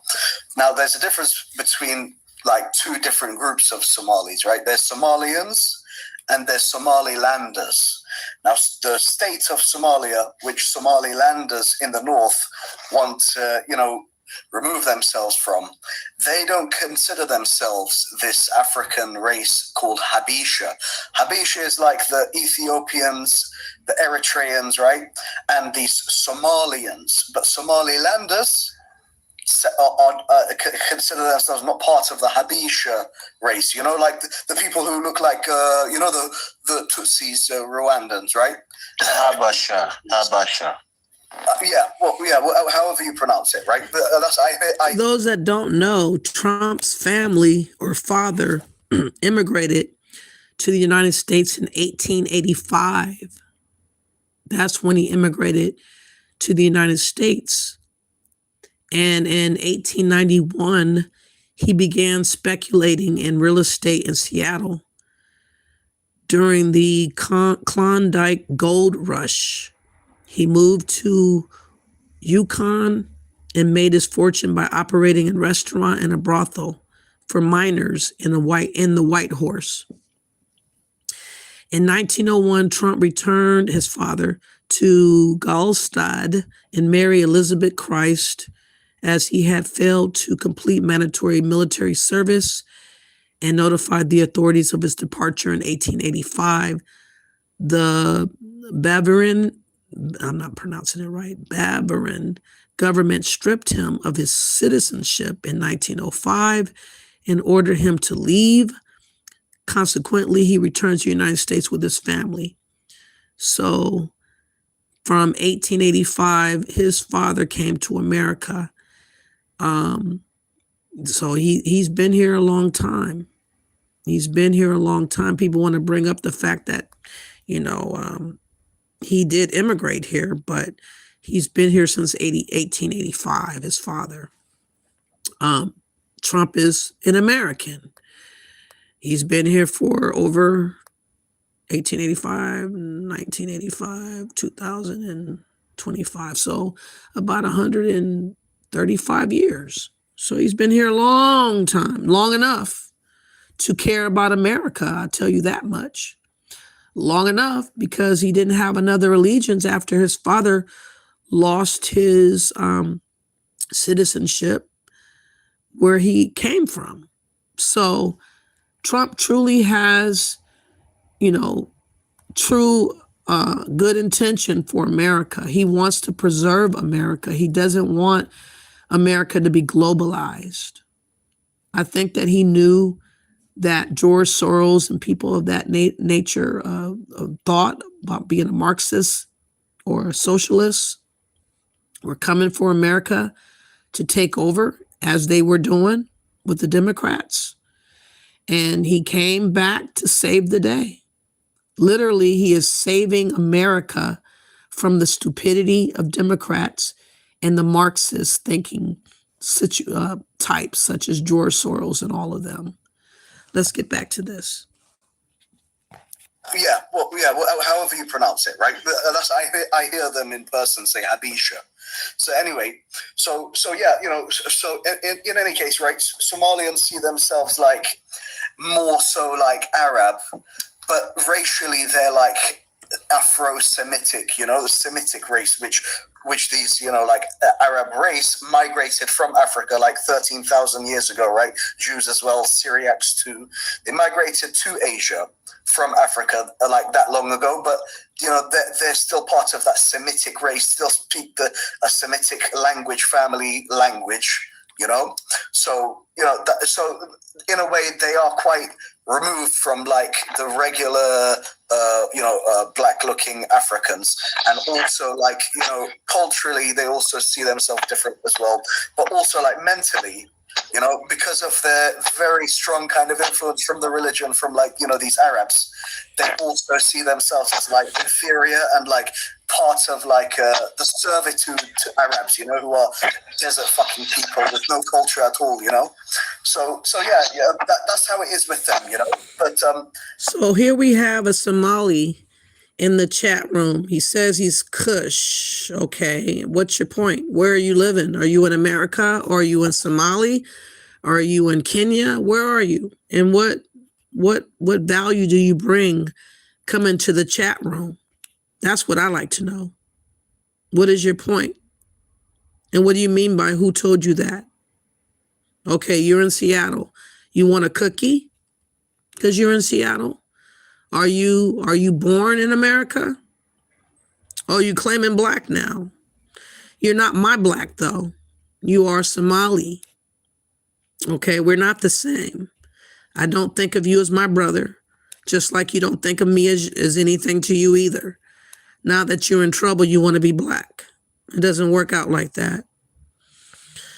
What the hell is a fake American? A fake American is people that's posing to be American for the sake of getting and reaping benefits that's undeserving to them. They don't have no allegiance to America. They came and hustled the system. They brought anchor babies, or they came with asylum seekers, or came with a visitor visa or student visa, overstayed and made babies, and they're not real Americans. And Trump is dealing with fake Americans to get them out of our country because they are a weight to our government and to our resources and to our culture. They got to go. They need to go home and build their homelands, to be proud of them, their homeland as they claim they are, because they're waving around their flags in our face, but they're not going to their home country to make it better. And we're tired of fake Americans talking about how proud they are with their other flag. Be proud with their real, be proud in your real homeland, and then I'll have respect for you. I'm not talking shit, I'm telling the truth. You don't like it. Oh well. Let me go back up and see what else you have said. Shadow Pop says, if you agree that Trump can't take citizenship from one race of people, then he will also try to take it from another race of people. I think Shadow Pop, the integrity of the birthright citizenship has been totally taken advantage of. He wants to restore the integrity of the birthright. It was gotten through blood, sweat, and tears of my ancestors. We earned the birthright citizenship. You guys just were handed it over to you when you didn't do anything to deserve it. It needs to be restored with integrity like it once had back in the 1800s. And we need to get rid of the people that have hustled the system, have faked the system, and did us dirty. They need to be founded out and kicked out back to their home, period. That's what I believe. All right, let me go back up. You said if you was born in America, you are a citizen. Okay, well, what about if the mother or father came over here and they dropped their baby off because they were 9 months pregnant? They specifically made their route just to be born here. Do you consider them still an American, or do you consider that a hustle, a sham? I consider it a hustle, a sham to have anchor babies. I don't think that they should be legitimately Americans if they did that. No, I don't think that they should be able to do that. All right, you said we have American base all over Somalia and Djibouti. Yeah, but hopefully that American base is going to be stripped away from y'all, because again, y'all have allegiance to Somali. You are not a true American. You are a fake American. You're operating like a fake American because you're always thinking about back home. You're thinking about your people back there. You're thinking about making up hustles and scams of up to $8 to $9 billion to send back there. So you are not working for the betterment of America. You don't care about the other Americans. You only care about yourself. So why should we be bothered with people like you? You don't share in the festivities to help elevate America. You're elevating yourself for the purposes of elevating Somalia. But you could do that in Somalia. You could elevate Somalia by stopping the clan conflict, like telling them to put down the swords and guns and go to the table and start all over again. Make a pact, make a truce, do something. Stop relying on other countries to bear the weight of your failure. It's not our responsibility to bear the weight of your failure and you guys' inability to stop clashing. And hopefully this way, it would cause and provoke you guys, motivate you, bring a catalyst for y'all to figure it out, because the way it stands right now, you have no motivation to figure it out. You're too comfortable in other country that's not yours, but you're trying to take over, and we got to stop that. We don't have that power. What do you mean? You work 80 hours a week? Well, you can work 80 hours a week at your home. Many of you Somalians are scammers. That's who's scammers. You heard about all the scams. Do you want me to? I'll bring that back up in a little bit. Let me let this play a little bit longer, then I'll show you what I mean in a little bit. Don't worry, I'll be back. You know, Somalilanders want to separate themselves from Somalians, and Somalia, the state, has a deal with, you know, a white state of Turkey, you know, which is basically Balkan white people, you know, white people from Europe migrating to, you know, Asia, Kurdish lands, and taking it. And now they've made a deal with the Somalian state for like 94% of the oil on the shores, you know. They signed away all their sea rights to Turkey. It's just crazy. Yeah. And at the same time, right, these Somalians are still subservient to these, you know, whiter Muslims, right? You know, like Turks who are white people actually pretending to be Asian, right? But yeah, it's, you know, they see themselves as like, you know, okay, this rich country which is Muslim, oh, okay, yeah, take our oil, let us be your slaves too, you know? They like that to Arabs more so, even though Arabs like Yemenis are poor. You know, so yeah, you know, they're really not related in a connection way to, like, you know, regular black people, you know. That's not true. The thing, I mean, you said a lot of good information. I won't take that away from you. But there are different ethnic groups or different tribes or clans in Somalia. There are certain clans that have more Negro features. I have a friend who has, you know, broader nose, thick lips. She had very Negro features. Yeah, they consider those not Somali, and that's what I'm trying to tell you. So when you say Somalis, there are multiple. There's different kinds of Somalis. I'll tell you what I heard. I heard they do a lot of inbreeding in Somalia so they could keep their hair straight. They have a lot of inbreeding, and actually, Somali women, I heard up to 99% of them have experienced female genital mutilation, which is crazy. Yeah, I mean, this is not a bad Somali session. We're just trying to give you the history of the people, but it's not a personal thing. But I think, you know, most of them have a lot of Negro features. The only difference for some of them is just the hair. But when you look at them, they have broader nose and thicker lips.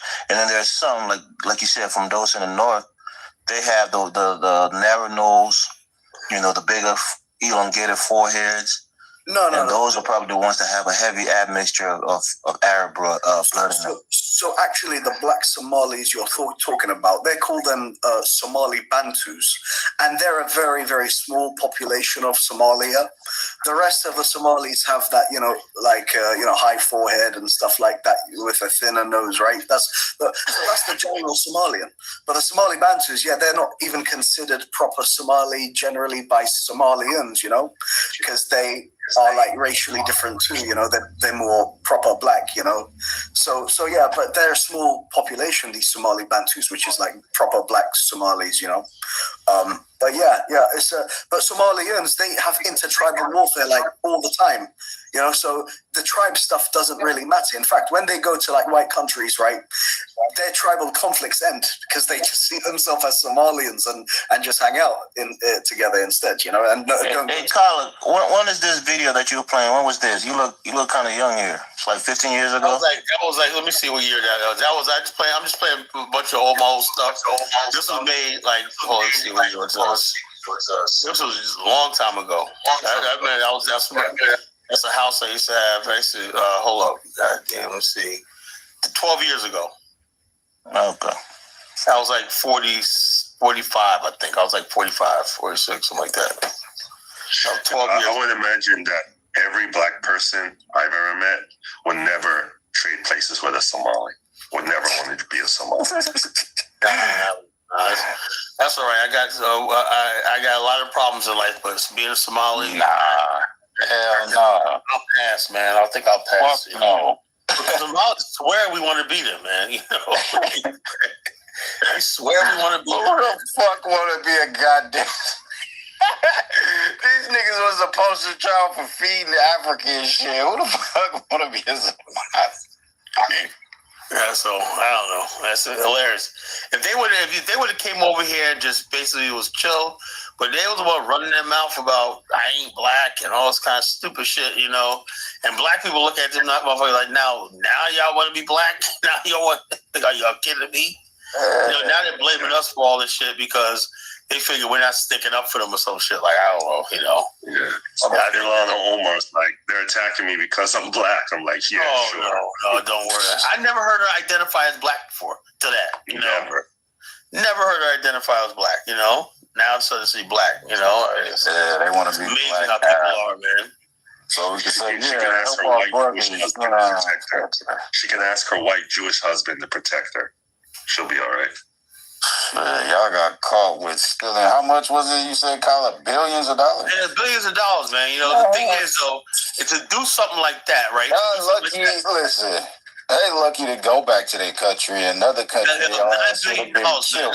The bottom line is this. Would have been fucking the thing is, you got to ask yourself this.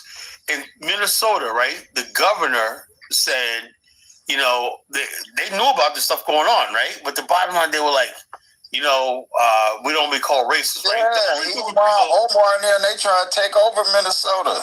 The only people that can use race in any sort of thing is Black America, because we have a history, what happened to us, right? And we overplay the race card. But somebody coming from overseas, keep that name racism, that shit racism out of your mouth, you know? Colin, let me say something, right? The Somalis in Minneapolis are about 70 to 80,000 people in the city alone. Oh, you live here, huh? Yeah, I live here. Yeah, so hold on, let me speak. I was getting to a point. 1 second, DK. So they have a significant population concentrated in that area. So they tend to be more engaged in politics and other things. And then when you come to Liberians, for example, in the cities of Brooklyn Park and Brooklyn Center, which is next to each other, we've had mayors, we've had people on the city council. So when you have a high concentration of people in a specific area, they tend to be more engaged and have some level of power. That's what's happening with the Somalis. They're not trying to take over. They're only 100,000 of a 5.4 million population in Minnesota. Come on, tell the truth, Elvis. They try to take Minnesota. Stop it. No, not Minnesota. Minneapolis. There's 5 million people in Minnesota, bro. And Somalis only make up like 0.5% of that that's population. Minneapolis is like Afghanistan for Somalis. How's that going down? Say that again? Do you Liberians in Minneapolis, y'all beef with the Somalis? How's that? No, there's barely. I mean, there are Liberians there, but really we're concentrated in the suburbs, either Brooklyn Park or further south, like, you know, places like New Hope or Crystal and other places like that. But we don't really beef with the Somalis. We don't really even like to be in the cities. Most Liberians live in the suburbs. What's the population in Rochester? Oh yeah, there's some Somalis in Rochester. Maybe like 15, 20,000 in Rochester. There's a cluster of them in St. Cloud, but they're mostly concentrated in Minneapolis. Yeah, I got family. Yeah, because Rochester, you got the Mayo Clinic. My auntie still live out there. She worked at the Mayo Clinic. So I used to go out there for the summers like maybe 10, 15 years ago. You know, so. Yeah, but again, we don't really interact with the Somalis. Number one, the religious divide, the cultural divide. We don't really mix with them, but we went to school with Somalis. You know, a lot of them are not socially adapted, unless there are a couple of them who are not so religious. They take their hijab off. They wear the same kind of clothes as any other black kids. Those you can interact with. But the most of them, they're highly religious. They don't come to parties. They don't really socialize outside of their group. So, you know. Okay, so he is an advocate for the Somalis. I want to fast forward it a little bit where it's going to get to when Trump broke it down. It's coming up in a little bit. And then I'll read you guys his comments because I see that the Somalian is saying that I said I'm not black. I said I am black. I am Black American. When I say black, I'm thinking about my people. I'm thinking about our history. I'm thinking about our culture. It has nothing to do with Somali. It has nothing to do with Africa. It has nothing to do with Jamaica. It has nothing to do with nothing else but American Black. You are not American Black. You are, if you claim Black this time, you are Somali Black. But we're not the same. We don't have the same lineage. We don't have the same bloodline. We don't have the same goals. I'm not a Muslim. I don't believe in FGM. I would never support nothing like that. I don't believe being submitted by a man. We're nothing alike. Okay? I'm American Black. That's different. You're African, I'm American. That's the difference. Okay? I don't have allegiance to you because you're claiming Black. Sorry. You're on your own. Oh, even more. What do you think the Liberians, you think they out there scamming too? I mean, there's some people like I gave Kala a guy who did a big... Every culture got scammers. I don't know why we're making it about it. Yeah, there's a guy who did a very big... I'm being specific, Mike. If anybody here can tell us that they come from a group that don't scam. Oh, you don't scam, moron? Come on, Mike. Let's not fight each other. He's the one acting like a monkey. You think he can out the rules? USA is the #1 scammer in the world, bitch. What the fuck you talking about? Yeah, so like there's someone I forgot. It's 9 p.m. That's the time if you smoke crack cocaine. Your bitch ass. Go back to Nigeria. How much crack cocaine have you smoked tonight, man? Village people, like you said. Carla, you gotta control the show, man. We're trying to have a conversation. All right. Where did you buy the crack? No more cursing. I'm sick of this motherfucker. Where did you buy your crack cocaine tonight? Hey, 30 seconds, bro. From your mama that you enslaved. Oh, man. Oh, you bought it from your mama. Come on, your mama is selling crack to you. Answer, man. We're trying to have a civil-ass conversation, man. Come on. We try to have a civil conversation. He come in here with this bullshit. So your mommy's a crack dealer, right? And this motherfucker was on the show last night talking about he going. You see, I was here. I wasn't even here last night. This guy, see, your crack cocaine is really, it's not helping you, man. Shut the hell up, bro. All right. I had to drop both of them down. I'm going to give them a couple of minutes to cool off and whatnot. Maybe I'll let them back on, but not, but you can't have that shit. We got to have a civilized conversation. It can't be name calling, man. We already went through that with a couple of our associates this week or not. It's like, people write me, say, Colin, man, how you let your show develop into this? I'm like, nah, I can't have that, Passions, like I said earlier, passions will be raised and tempers will flare tonight. Man, am I Nostradamus? I predict everything, It's a freaking a serious topic, Okay, let me fast forward a little bit. I want to get to the part. I wish other people would stay. Oh, God, shut up. That's what come on. You've been described. Shut up. Hold on. Let me fast forward this. I want to get to the part where Trump talked. He showed a video of Trump talking. And I want to get to that part. Okay. Bring everybody up.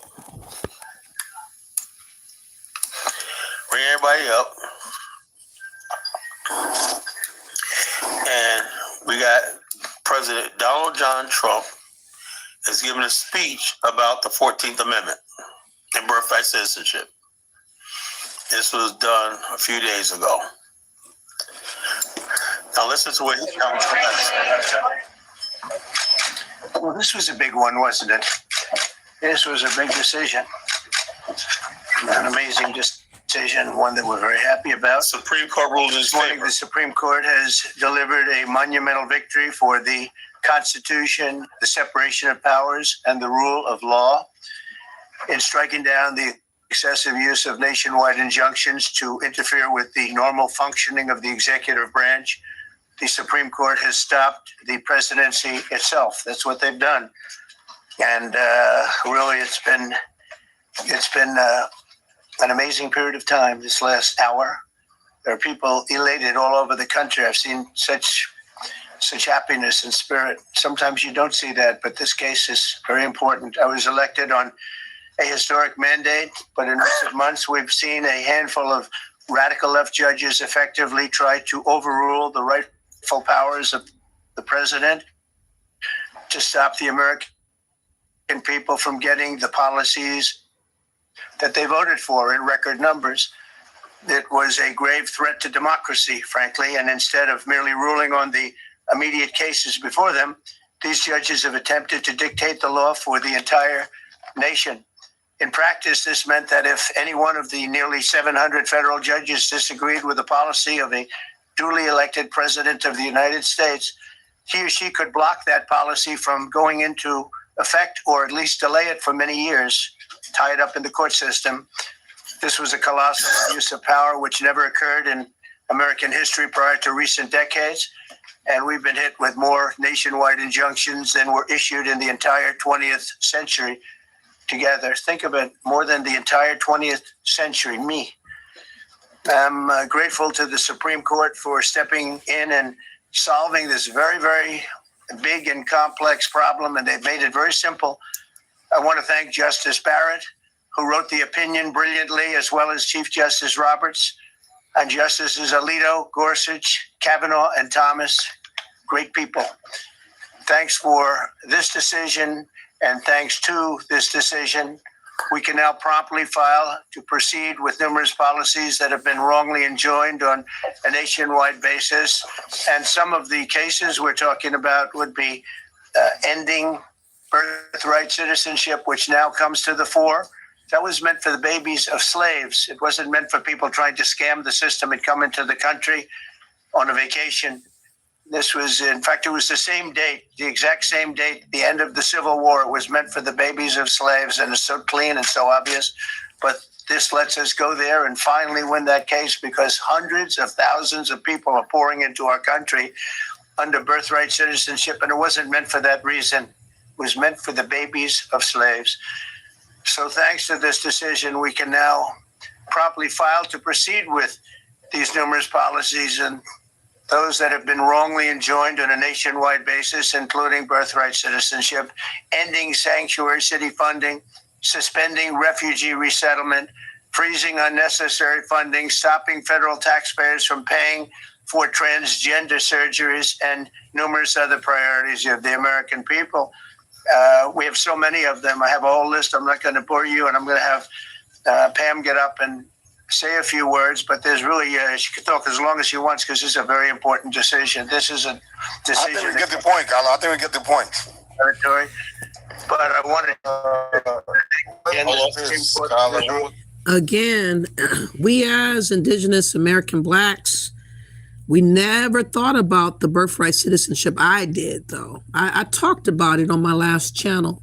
I actually have a constitution somewhere. I kind of misplaced it, but I used to do lives where I would read the Constitution, and I made mention that that was the envy of the world, our birthright citizenship, because I knew if ever a day came, that day is here now, that people would be challenged on what they've been doing, getting away with how they've been becoming citizens and stuff, that we would be the people that would be hated and jealous of, because that birthright citizenship is ours to claim. And Trump is standing by us, reaffirming that fact. All the other fake Americans who have stolen valor of the birthright citizenship, acting as if they're entitled, acting as if their shit don't stink, acting like having visas and they overstayed their visa, or they made babies here and did all kinds of stuff to get over on the system. They never thought the day would come that there will be a reckoning. And that day is here. And I am in total support of what Trump's doing, because this country was being given away to foreigners. Literally, it was being given away to foreigners by Democrats. Okay? And we were being bypassed. We were being ignored. We were the poster child being scapegoated, gaslit, while immigrants from all over the world were just running game and doing the most. And no longer can they do it. They're being held accountable. They're being hyphenated. They're being showcased. They have to hold their own weight and not hide behind the term black anymore. Now we're making mention of who you are, where you came from, so that you can't camouflage yourself under our name. No more. It helps with our delineation. It helps bring morality back and morale. It helps bring pride back to Black Americans. We can finally assume the real American role versus all the great pretenders around us telling us we ain't real Americans while they're sneakily trying to steal from us and become American over us, telling us to our face we're not American. Now look at y'all. All y'all that had that argument last year, y'all shook. Y'all stuck. And I want to play now an old clip of Trump. He was asked a question about becoming president. And I want you to hear what he had to say. And again, I remember this a long time ago. The ultimate goal in life has been becoming the president of the United States. Would you like to be the president of the United States? I really don't believe I would run it, but I would like to see somebody as the president who could do the job. And there are very capable people in this country. Most people who are capable are not running for office. Most men are frightened of politics today. It is a shame, isn't it? Yes. It is a shame. The most capable people are not necessarily running for political office. And that is a very sad commentary on the country. They had major corporations and they had this and that, but they are not running for political office. Why wouldn't someone like yourself run for political office? You have all the money that you possibly need. You've accomplished a great deal, even though you are only 34. I know there's a lot of things that you possibly can do in the years ahead. Why wouldn't you dedicate yourself to public service? Because I think it's a very mean life. I would love and I would dedicate my life to this country, but I see it as being a mean life. And I also see it that somebody with strong views and somebody with the kind of views that are maybe a little bit unpopular, which may be right, but may be unpopular, wouldn't necessarily have a chance of getting elected against somebody with no great brain but a big smile. And that's a sad commentary for the political process. Television, in a strange way, has ruined that process, hasn't it? It's hurt the process very much. I mean, the Abraham Lincolns of the world. Abraham Lincoln would probably not be electable today because of television. He was not a handsome man and he did not smile. Okay. Now I'm going to show y'all some of the scams in which I mean. I'll play a few clips of the kind of scams that have been allowed to be getting over on our system by these fake potential so-called Americans who have ulterior motives of taking over and getting over on the American tax dollar, disrespecting Americans and everything we stood for. A lot of stuff is coming out of the woodworks, and a lot of immigrants are very upset because they're so used to Black Americans holding the weight of all the complaints, all the criminality. And now that the cover has been taken off, we vividly see every other group of people that's been doing a whole host of stuff, getting away with everything because they were paying too much attention to us. Not no more. We've been cleared so that you guys can hold your own nuts and everything could be known and understood clearly. Withdrawing cash from ATMs all over San Diego County after allegedly installing skimmers and pinhole cameras at stores that accept EBT cards. Charging papers allege they are Romanian-born scammers who were able to fraudulently withdraw more than $177,000 over the past 3 years. EBT debit cards are loaded up every month with state money funded by CalFresh and CalWorks for low-income and disabled recipients. It's the way I survive right now. Letitia Monroe is a single mother from Northern California who had her debit card hacked 3 years ago and nearly $700 stolen. I was devastated. I think I was in tears all morning. Back in February, California started mailing out new EBT cards with a chip on them to try and reduce fraud. But those new cards are still required to have a black strip on the back so they can be swiped by older card readers that have not been updated. In the first quarter of 2025, more than $10 million in SNAP benefits were stolen in California, according to the U.S. Department of Agriculture. Investigators served search warrants this month seeking information from the cell phones of the defendants in San Diego. 2 of those defendants were arrested in October. A third has been in custody for more than a year.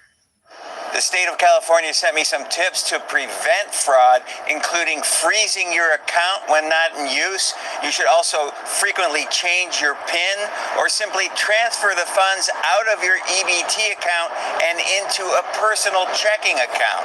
If you want more information, go to cbs8.com. They have mastered the art of scamming. Immigrants from every walk of life have mastered the art of scamming in America. And everything is blown up in our faces. You can't look away and forget about what you're hearing and what you're seeing.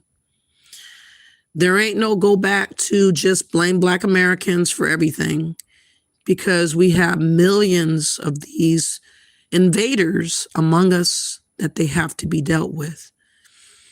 You say that you're embarrassing, pathetically embarrassing, Jeffrey. Explain yourself. Don't make a stupid comment without referencing what you mean, or I will block you or time you out. I'm not going to have you just say something ridiculous without giving a clear understanding of what you mean. Are you an American? Are you a foreign-born person that came over here and hustled the system? Is that why you butthurt? Tell me more. Nadine says, hell no to you. I voted for this. Trump is doing a fantastic job. I would say I concur, definitely. And no, I'm not a psychopath. I'm realistic, and I am American first. I wouldn't say that whites are mostly angels. I would say some are decent and others are questionable, as with every other group that's out here. But I think the ones that only know America or only have allegiance to America, that love America, that have died for America, that have went to war for America, that have fought to, have it civilized from slavery until now, those white Americans feel like this is their home. And it is, like it is my home, because I've been here just as long, if not longer than they.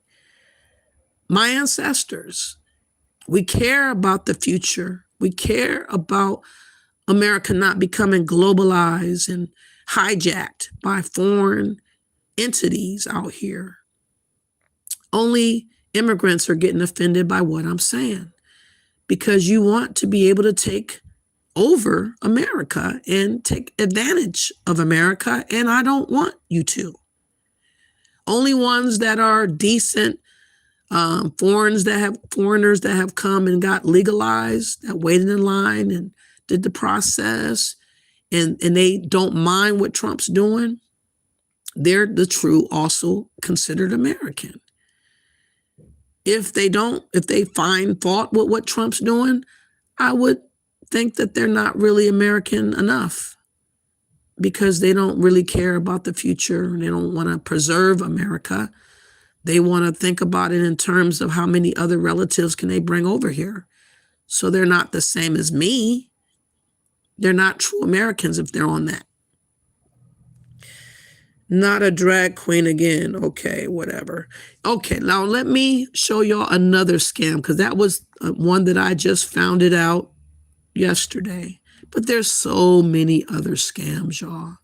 It is ridiculous. It has reached heaven with all the scams of these immigrants. And they thought that they were going to just be stowed away. Nobody was going to never know nothing. Okay, here's another case. Now, there is a judge of all people who decided to do away with a case of the fraud that was happening in Minnesota. And this person recently got called out. Let me play this video real quick.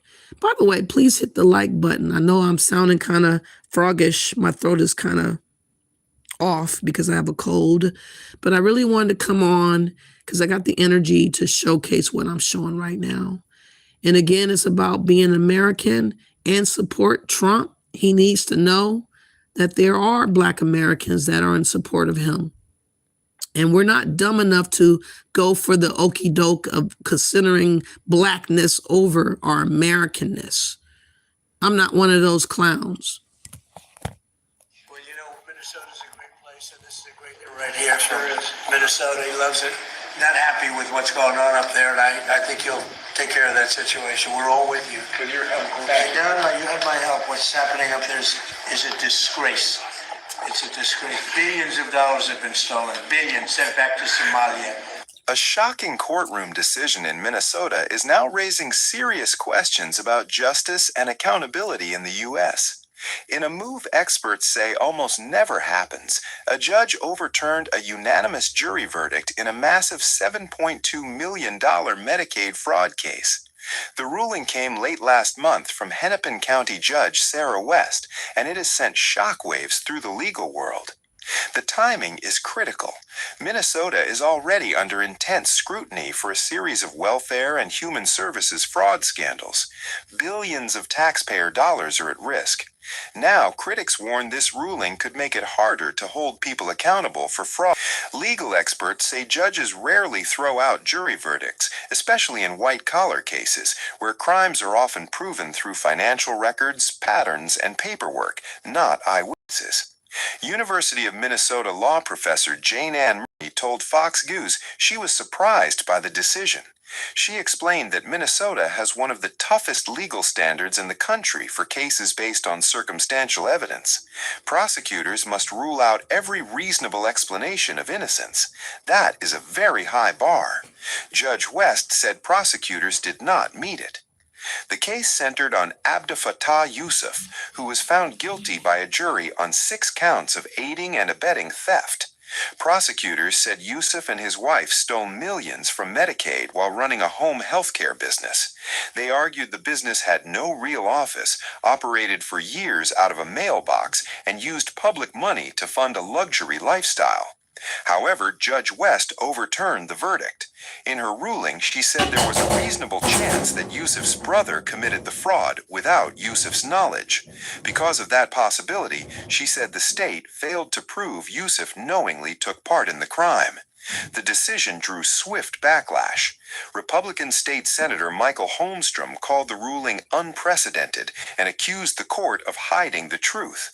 He has demanded that sealed records and evidence be made public, arguing that Minnesotans deserve transparency. The American people are the most generous people in the entire world. In our country, when you are hungry, we feed you. When you are homeless, we house you. When you're too poor to be sick, we'll pay for your doctor. We spend trillions of dollars a year helping our friends and neighbors who are less fortunate than we are. And that's rare in this world. I've been all over our wonderful world. You have too, Mr. President. And in many countries, if you get down on your luck, they'll let you die in a ditch. But not in America. Not in America. We take care of our fellow citizens. But it's expensive. We spend trillions of dollars a year to do this. And that money that we spend didn't just fall from heaven. We thank heaven for it, but it came out of taxpayers' pockets. And we shouldn't lose sight of that fact, Mr. President. Now, That's why I get so irritated. Irritated is the wrong word. Angry. When I find out that people take advantage of the American people's generosity. It makes me want to knee someone in the groin. It just makes me furious. And I think the American taxpayers feel the same way. What I'm about to tell. And if you don't feel that way, you're more than likely a fake American. That's my point in referencing fake Americans. If you think that anybody and everybody from all over the world needs to be entitled to get everything in America, just because they showed up and they don't have nothing to do with the history of America, they just appeared from nowhere, they just bogarted in, they just snuck in, or they were offered to come in by the Democrats for their scheme of having them take over, and you think that that's justified in them doing, you're not a real American. Only foreigners, immigrants, Pan-Africans, scammers, liars are on the side of keeping things as is, the way it had been going. Democrats in particular thought things were supposed to stay as is because they were trying to stay in power. They were trying to get votes to stay in power with these illegals, with these migrants, not caring about the American people, not caring about our vote, not caring about our choice, not caring about our rights, not caring about our will. They forfeited everything for foreigners over Americans. And they are not real Americans. I don't care if they were born here. I don't care if they've been here 30, 40, 50 years. If they acting like an enemy, then they're not a real American. They are enemies to us, posing as Americans with other ulterior motives that apparently conflicts and contradicts what Americans really would be about. I hope that they all get called out. I hope that there are going to be arrests with all these Democrats and all these people that enabled these frauds and scams to occur. That's being down for the cause of America. And if you're not down for that, you need to get the hell out of America as far as I'm concerned.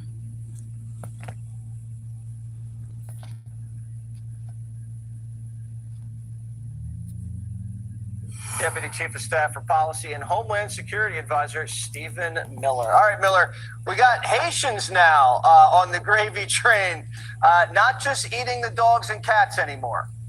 Well, first of all, regarding the situation in Minnesota, and by the way, not just Minnesota, we have Somali refugees that were dumped here by Democrats in Ohio and Massachusetts.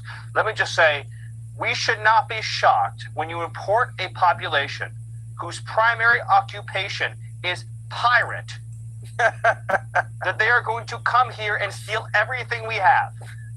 Somalia has this giant coastline, and the only industry they have created after hundreds of years is piracy. Stealing what anyone going through who has actually built something has made. So yes, the pirates have stolen all of our money, and they have to go home, Jesse. That's the situation we're in right now. Okay, well, Tampon says you guys are after him, and it's mean and it's unfair, Miller. So he's presided over, this corrupt, incompetent loser has presided over the largest theft of American taxpayer dollars in history. It's never been equaled before. The amount of money that's been stolen is larger than the entire GDP of Somalia. In other words, the Somalians they brought here have thefted more than all the Somalians in Somalia have ever created for themselves in all the time that has existed up until now. So there needs to be a lot of people going to jail. And I can promise you the Department of Justice is launching an investigation that is commensurate in force and in purpose with the scope, scale, size, and magnitude of this controversy. Okay, so they just doubled their GDP thanks to tampon. Way to go. So the commie boot camp. Sometimes we laugh at this. We see them doing sit-ups. Is that a concern to you, Mr. Miller? Well, what's a concern to me is that we don't have a Democrat Party anymore. They still have the D in front of the name. They call themselves Democrats. We have a Communist Party, but it's actually the worst kind of communism imaginable, which is DEI communism. So it's not just we're going to redistribute your wealth. It's we're going to import massive numbers of illiterate refugees and give all your wealth to them. And we're going to give their kids the first spot in every college. And we're going to make sure their kids are the next wave of doctors who are going to butcher you when you're having a medical emergency. So we've combined the two worst ideologies imaginable. Communism and DEI is literally a recipe for national death. That is what Democrats are bringing us, Jesse. That's right. All right. Thank you, Mr. Miller. Have a great weekend and Merry Christmas. Thank you. Happy New Year and all that good stuff. Okay, and that's not all. We have another illegal that was called out. Hold on, I'm gonna show this video too. A second illegal was arrested in the CBP shooting, according to Fox News. This was 5 months ago, but I'm just trying to show y'all how bad off we've been for such a time that these illegals and migrants were allowed to flood into America by the millions. They have never been a blessing to America. They have been able to put on a lot of different hats and commit a lot of different crimes and just become a menace to society. You know, they were just allowed to be a bugaboo up in America. And they all got to go. I don't give a damn about so-called compassion. I care about the safety of Americans first. I care about the sovereignty of America. I care about our culture being upheld. I care about our freedoms being upheld. That's what I care about. These people that have just decided just to appear from nowhere, I'm not giving them a care. Sorry, we're not doing that.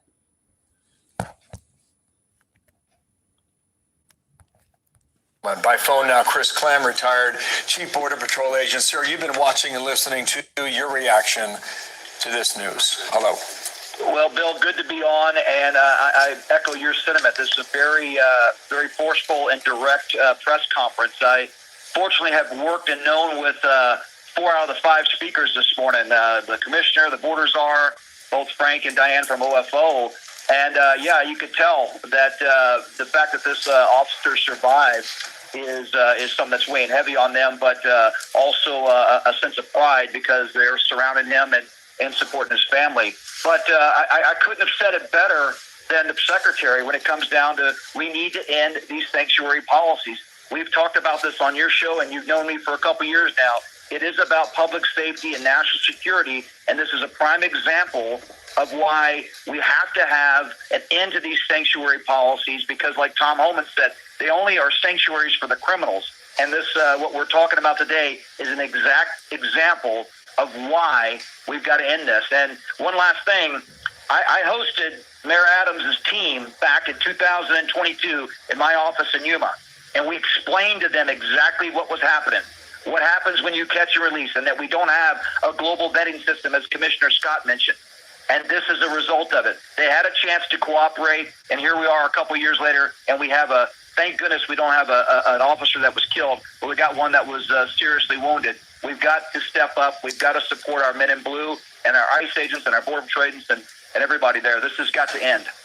Chris, the CBP Assistant Commissioner, when she was speaking a moment ago, called this a crime of opportunity. They say there is no evidence at this time that this was a targeted attack, meaning that the suspect knew he was shooting an agent at the time. What do you make of that? Yeah, I don't disagree with that at all. Look, it shouldn't matter who the victim was. It's the fact of who the criminal is. the illegal alien that was caught and released in this country is still continuing to cause havoc and have been released 3 or 4 times.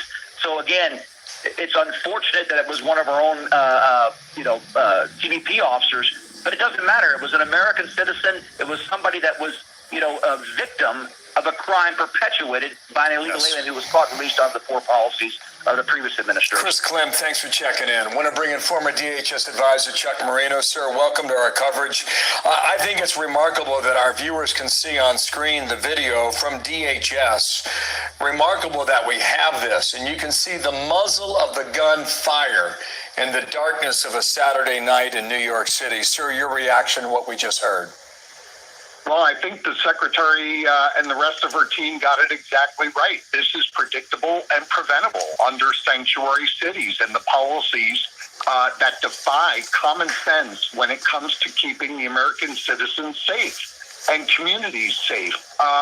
Look, if you had to give this press conference a headline, I think it's a good one, and that is the gloves are finally off from this administration when it comes to sanctuary cities. And Mayor Adams, in this case, deserves to be publicly embarrassed the way he was by this press conference because of these policies that do nothing but endanger the city. These migrant gangs are running New York City. This is a fact. In this recent incident, it was an off-duty CBP officer. Tomorrow, it will be somebody else. These stories are going to continue. The NYPD knows that these policies don't make sense, just like the rest of law enforcement in other sanctuary city locations. They are being politicized. They are being prevented from working alongside ICE. Ain't nobody going to Africa, but you could take your ass on for the rest of the duration of my live talking stupid. Bye, biatch. Okay? Now, sorry I was interrupted, but I wanted to show y'all the latest of the federal authorities in Colorado has recently announced RICO indictments against 2 alleged Tren de Aragua leaders. I do understand that there are still stupid white folks that think that Black Americans have no place in America. But for most of y'all understand that we've been here longer than most of y'all that are white that came from other places. I'm not going to let your stupidity or racism, veer me off of my mission of telling the truth. And I'm only trying to relate to the relatable, to the true Americans of America. Whether you're white, Black, Mexican, or whatever nationality you are, you did it the right way. You think of America as your home. You don't have another allegiance to another country. You're not undermining America for your other country. You're not trying to sabotage the Americans. You are not trying to hold down Black Americans to get over on us and all the other tricks that immigrants are doing that are being called out on. If you're down for America and all its people, I'm down for you. If you came here with ulterior motives and you're faking the funk and you're not a real American, but you have that passport, you can claim to be American, but you really are not, I'm not down with you. Whether you're white, Black, whatever. I'm for real Americans of America, no matter who you are. And if you don't think I'm an American, then I don't give a damn about you, because I have been here longer, more than likely, than your people have been. Okay, so get over yourself.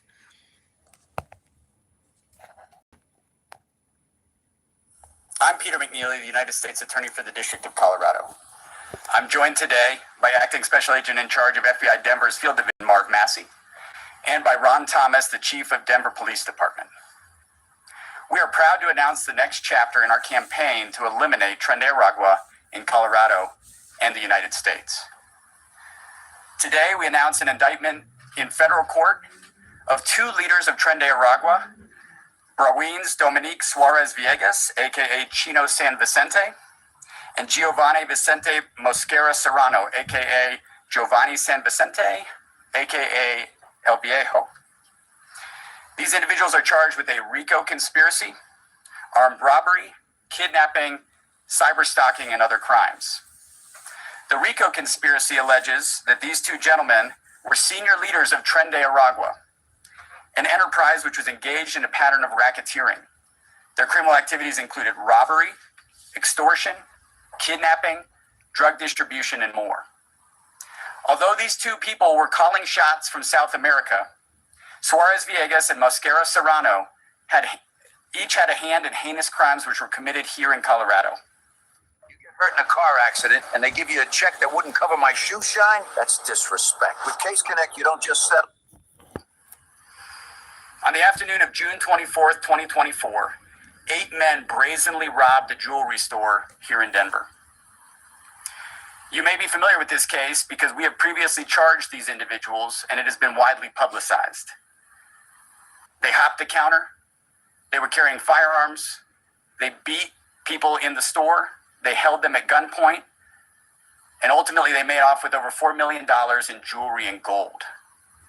Again, some people have already been charged in this, including this gentleman here, Newman Castillo Delgado, who just yesterday was sentenced to 20 years in federal prison for his role in this jewelry store robbery. But that's not the end of the case. This robbery was carried out at the behest of Tren de Aragua leaders, specifically the two individuals who we have now charged in this case.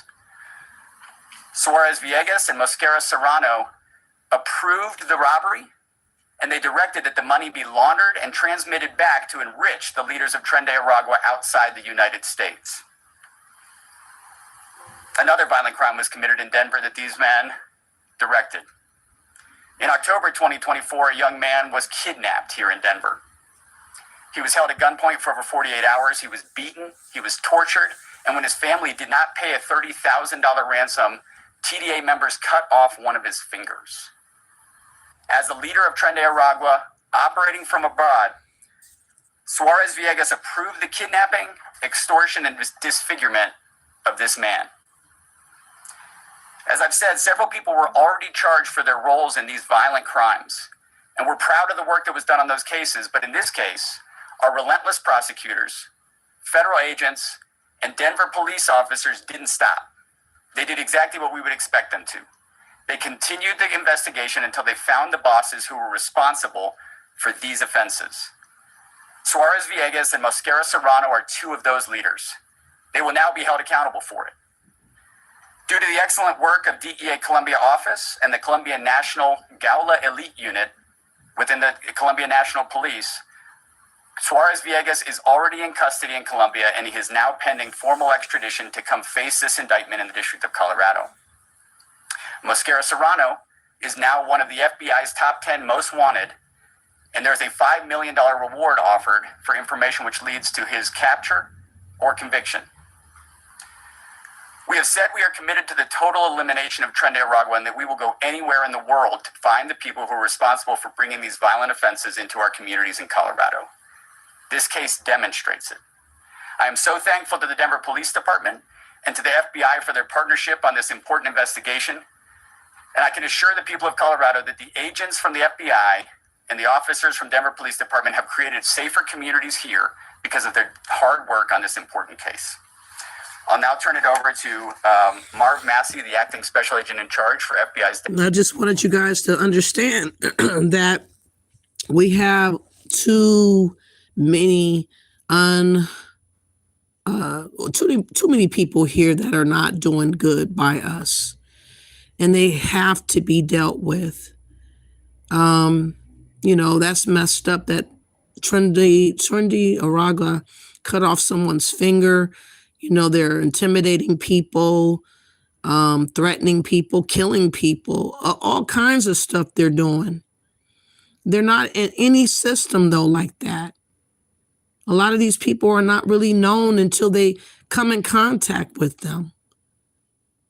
And people are acting like we shouldn't be acting the way we are acting when these people are like dangerous to us. They could harm us. I'm not on the side of them under no circumstance. I want you guys to hear the latest when it comes to Holman me see what you're saying. What the fake news hell is this? It's not fake news. Do you have a, what does that mean? No, you're trying to be funny, whatever. Please hit the like button, by the way, if you're enjoying anything that's being stated. Again, I don't hate nobody, but I do believe that America has a right to manage and correct whatever's going on the soil of America or the waters of America and the people that has entered into America. If they're not legally here, they need to be dealt with accordingly. If they have come and manipulated the system to get over on this on us and the tax dollars and everything, they got to be dealt with. We cannot be everybody's fool. That's what we were becoming, everybody's fool from all over the world.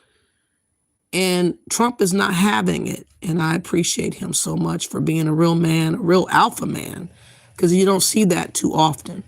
So I appreciate Trump. I know that many of you guys think otherwise, but, you know, I'd rather have somebody that knows what they're doing and doing something versus absolutely nothing and complaining and bitching about it. Illegal immigrants have been deported by ICE, with another 1.9 million self-deporting. Joining me now in this Sunday Morning Futures exclusive is White House border czar Tom Homan. Tom, great to have you this morning. Welcome. Good morning. How would you assess the president's work on securing this border so far in 2025? Unprecedented. Nothing like this in the history of the country. Look, we got the most secure border in the history of this nation.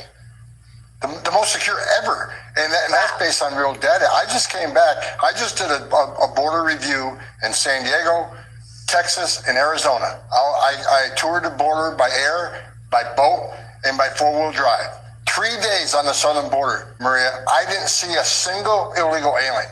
And I've been doing this since 1984, even back when I was in Border Patrol. 3 days, a single illegal alien in my sights. It's the most secure border ever, and by doing that, as you said, it's down 95%. How many aliens aren't dying making that journey? How many pounds of fentanyl aren't getting in and killing Americans? How many known suspected terrorists are not crossing that border because the Border Patrol is 100% vigilant on that line, stopping all the entries? It's incredible. Never seen anything like it in my 40-year career. Well, that is incredible. But, you know, we also have to take a look at what went on under Joe Biden and the 4 years of the Biden administration and that wide open border. There were people who came in during the Biden years and actually have continued to commit crimes. How significant is that right now, given the fact that these news stories of the last couple of weeks have people dying at the hands of illegals? Well, look, it's extremely significant. I said for 4 years during the Biden administration on this very network that what he created is the biggest national security failure in the history of this nation. Because we know they weren't vetting people properly. I said it over and over again. When Secretary Mayorkas was saying all these people were released, the millions have been properly vetted, you can't say that. We don't have access to other countries' criminal data. Right. El Salvador doesn't have an NCIC. Some of these countries like China and Russia, where 1,000 those people came across, do you actually think they're going to share any national security data with us? So they weren't properly vetted. We didn't have access to that information. Yeah, and yet Democrats still fight President Trump and they try to stop his agenda. What about all these attacks on ICE? What is the status of that right now? Because I know that Democrats do not want to follow the law when it comes to the border protection. Again, the threats against ICE are up over 8,000%. Actual assaults are like 1,300%. Wow. Again, never seen anything like this in my life. And but the good thing is, Department of Justice under Pam Bondi is prosecuting at record numbers for violations 18 U.S.C. 111, which is impeding, interference, putting hands on an ICE officer. So I looked at the numbers the other day. I've never seen so many prosecutions in my life. So we're sending a strong message. There's zero consequence. You put a hand on an ICE officer. If you interfere with an ICE officer, you'll get a set of handcuffs, and you're going to go to jail, and you're going to be federally prosecuted. So I wish they'd just stop. I did a speech from the board the other day. I wish the hateful rhetoric from congressmen, mayors, and governors would stop, because I said it back in March. There's going to be bloodshed. Unfortunately, there has been bloodshed. I don't want more bloodshed, but unless they stop doing what they're doing, there will be more, and I worry about that every day. Well, these are also federal judges, Tom. Let's face it. There was a Milwaukee County judge found guilty of obstructing federal immigration agents in a courthouse incident. You know the story. I mean, how much of that is there out there right now where there are people in powerful positions like federal judges trying to stop President Trump's agenda, even though it's the will of the people? That's clear what I just said. You cross the line, you'll be prosecuted. Zero tolerance. There's going to be consequences. So even if you're a judge, there are consequences for violating the law. So, that's a clear example of some of the radical judges who want to, constantly rule against us because they've been radicalized. They don't believe in President Trump and his mission. Look, we attempted to remove hundreds of children to their homeland because the children want to be reunited with their parents. The parents wanted their children home. We had arrangements to send these children to Guatemala. We were sued, and a judge issued a stay saying we can't reunite these families. I want to mention one other thing. Just reported last week, 300,000 children went missing under Joe Biden. They weren't looking for them. They couldn't find them. So far, the Trump administration kept its promise to American people. They've already located 129,000 of these children, thanks to the work of FBI, DHS, and HHS. That is incredible, Tom. Thank you so much for your efforts on that. Now, this morning you are coming to us from Arizona. You are going to be one of the leading speakers at the Turning Point USA conference and rally. And I just wanted that part to be known. He's working very hard to make sure that these Trende Araguas and all these people that have entered illegally do not have a strong hold on the border anymore. And I hope he gets a raise. It's a dangerous job. I'm sure he's been threatened before. I think that he made mention that he's not even with his wife right now, that he had to go to a secure, isolated area away from his family so that he can do this job. So he's sacrificing to do what he's doing. That's a true American, caring about the affairs of America. And, I salute him and Trump and everybody else, the ICE agents and everybody else that's doing their due diligence, because it's very dangerous out here.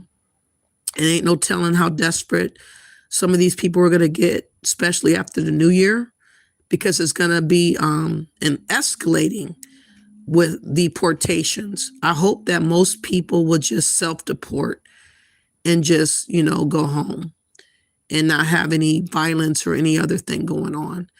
But I have one more video I think I'm going to show before I go. In Minnesota, I've talked a lot. Of course, the Somalians are being called out for all their frauding. But there's more Democrats that have enabled this behavior to be in the first place. There's a Minnesota Attorney General by the name of Keith Ellison. He has been caught on audio tape agreeing not to prosecute Somalians for their crimes in exchange for campaign donations that he later accepted, allegedly. This comes from Christina Aguayo, something like that. But this just goes to show you that many Democrats are at fault for being enablers, like Tim Walz, the governor of Minnesota, and also the attorney general. Your top stories. The Minnesota Attorney General, Keith Ellison, has been caught on audio tape agreeing to not prosecute Somalians for their crimes in exchange for campaign donations that he later accepted, allegedly. Ellison converted to Islam while in college and has been a practicing Muslim since the 1980s. Minnesota Rep. Harry Niska recently released the tapes revealing conversations that happened between Attorney General Ellison and Somali migrants, Muslim, who were later charged and convicted in the Feeding Our Future scandal. In the audio recordings from a December 2021 closed-door meeting, you can hear Ellison promising not to charge Somali migrant business leaders implicated in the massive $250 million million scandal, just weeks before federal raids exposed the scheme. During the session, Ellison and the Somali migrants openly talked about the campaign contributions, which Ellison accepted shortly after, fueling demands for a full investigation into potential ethical lapses at the state's top law enforcement office. The 54-minute recording captures Ellison in his official St. Paul office, assuring the group that he would intervene against state agencies that conduct quote-unquote discriminatory audits on their nonprofits and meal sites, the same nonprofits and meal sites defrauding the state welfare programs. Niska is demanding that Ellison release all related documents and explain why he promised to protect criminals without informing the office's ongoing investigation of the nonprofit. Campaign records show that the funds in question were being deposited into the campaign at the same time the group was fighting against frozen reimbursements from the federal child nutrition program. Those funds were frozen because of the massive fraud being committed by Feeding Our Future that was billing for non-existent meals to low-income kids. Allison's public timeline clashes sharply with the private tape. In September 2022, after FBI raids, he claimed his office had been deeply involved for years in investigating the group dating back to September 2020. However, on the recording, he was surprised on 2 occasions about the fraud accusations, saying, "This is the first time I'm really hearing about it, and this has not come to my attention until now." Critics, including former senior AG officials, say his office intentionally dragged its feet, launching a formal investigation in February 2022, 2 months after the meeting, saying that he had at his disposal tools to seize bank records that could have uncovered $3.2 million in laundered funds and over $500,000 in bribes by early 2021. The Feeding Our Future case is the largest COVID-era fraud in U.S. history. More than 70 Somali migrants have been charged since 2022, with 37 guilty pleas and 7 trial convictions, including Saeed and ringleader Amy Bach as of March 2025. Prosecutors say the scam stole taxpayer dollars meant for hungry children and spent the money on luxury cars, overseas properties, and even sent money back to the terror group Al-Shabaab in Somalia. That's what you need to know. Okay. So, like I said, black, colored, like the representative or the attorney general, he's so-called Black American, but he wasn't a true American. He wanted to just sell us out and for monetary gain. He didn't uphold the Constitution. He didn't uphold the integrity of being an American. And he chose, allegedly, to side with invaders who took advantage of their stupidity to, scam and defraud America. So I hope that he will be dealt with, like I hope all the other people, melanated or not, whether they're Black American or not. I don't give a damn what and who you are. If you have crossed the line and been unloyal, been wicked, been sneaky and disrespectful to America and Americans, you need to be called out and you need to be brought to the carpet and put in jail or fined or both, whatever. Because a lot of this needs to be nipped to discourage people from thinking that they can get away with it and that there's no consequence. If you put a whole lot of consequence out there in the beginning, it's going to make people think 2-3 times before they attempt to do anything else ever again. By the way, there are many videos of propaganda popping up about Africans now suddenly interested in Black American food. Oh, they're loving our food. Oh, they're trying to act like they love us. And, because they're scared and they know that their numbers are going to get called come the 1st of January. A lot of y'all are getting deported. A lot of y'all might be losing your so-called fake citizenship because you came over here scamming and scheming. And so what do? They get to YouTube and they start eating our food and acting like they're so in love with our food. All that propaganda lies that you guys are trying to play in our face, trying to use emotionalism to us is not going to fly. You're just going to get laughed at. And I'm going to show this video real quick. Hold on, let me find it. To show you all you're going to do is get laughed at and made an example out of. If you guys didn't know our food before, don't be trying to act like you want to know our food now.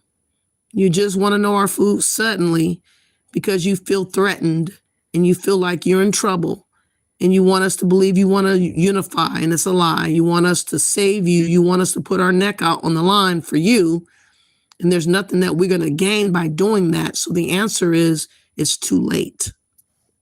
I have to be the one to tell you the truth. It's too late.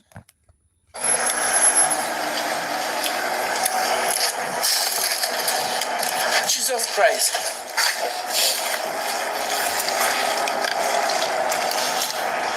Oh my God. Oh my God. What's her name? Mora. Yeah, exactly. See, what we did is we took the food from here and we just spice it up more. We season it a little more. Yeah.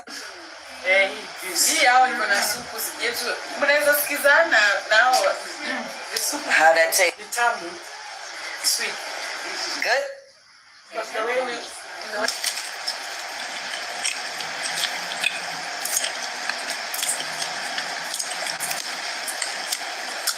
Candy yams are good. I have nothing to compare it to. Like, I've had mac and cheese, but not candy yams before. It's sweet. It's like nutmeggy. Hello, good people. Welcome to African Commentary. Again, nice try, but it doesn't fly. I know that a lot of Africans are on fire because of the green card lottery being frozen. I know that they're upset because they can't travel here come January 1st, if not before that.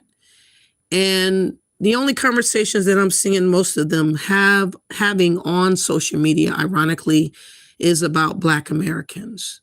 They are obsessed with us. Instead of them getting together and trying to figure out what they're going to do once they go home or what other place of residency that they might want to acquire for being, told to go home or restricted from coming here, they're not having those panels. You're not hearing Pan-Africans encourage Haitians, for example, to think about Senegal, to think about other places in Africa and to avoid Haiti altogether because it's not safe. They want to continually drag Black Americans into the fray of conversation, trying to convince us to care, like everything revolves around what we're going to do. And I'm going to tell you the truth, we're not coming. We're going to be watching the news. I will be reporting the reports. This needs to happen. It has to happen. And it's about time that it happened. You guys got carried away for 4 years of just reckless behavior of Joe Biden. And Trump is being the cleanup guy. He's being the fixer. And it is what it is. That talk about being Black and we all won, no, we're not. There's no such thing as Pan-Africanism. It's not being practiced on the continent. It's not being practiced in Haiti. It's not being practiced in Jamaica. It's not being practiced nowhere. The only close call of Pan-Africanism is Ghana helping out Jamaica, kind of, sort of.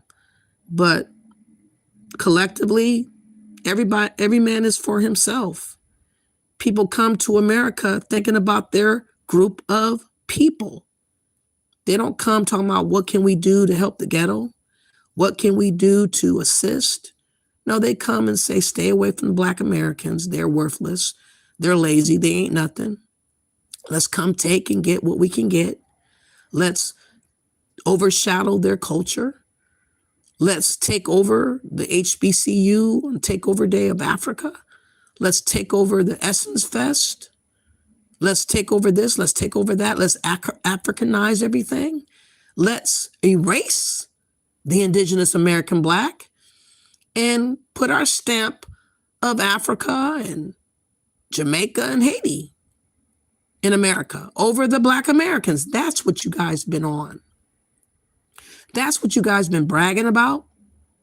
That's what you guys have been, like threatening us that you guys are going to go do. And now the rug has been taken from up under your feet. And now you want to look up and say, what about us, black Americans? We're now black and we want y'all to consider us brothers and sisters and come and save us. No, because you're only doing it out of desperation. You never cared about us all this time. There's no point in pretending now. There's no point in lying now. It's continuing on the scammy behavior. It's not authentic. It's not real. So you've been denied. Most of us, if you're smart, black Americans, you will steer clear of the protest and doing anything. Let them deal with the repercussions of karma. Let them have to strategize and figure out what they're going to do next. It's not our job to save melanated people. We need to save ourselves because nobody cared about us. Nobody wondered about us. Everybody were passing us by and bragging about it because the Democrats was setting them up nice and pretty with jobs, opportunities, and grants, allowed them to dip in and out of our identity of African American and Black American, and then dipping in and out of their identity as immigrant and refugees and all this other stuff, which made them surpass us in a lot of ways. Not all of us, but some of us. So I'm not in support of things going back to what it was 4 years ago. No, no, no. I'm not in support of playing dumb and talking about, oh, we all black. I'm black like you black, you black. Oh, yeah, we black. No, we're not doing that. It's about who is the true American. That's what I'm on. All else doesn't matter as far as I'm concerned. So with that being said, please like and share the video. Please subscribe to the channel. This is not meant to be hate speech. It's about being real.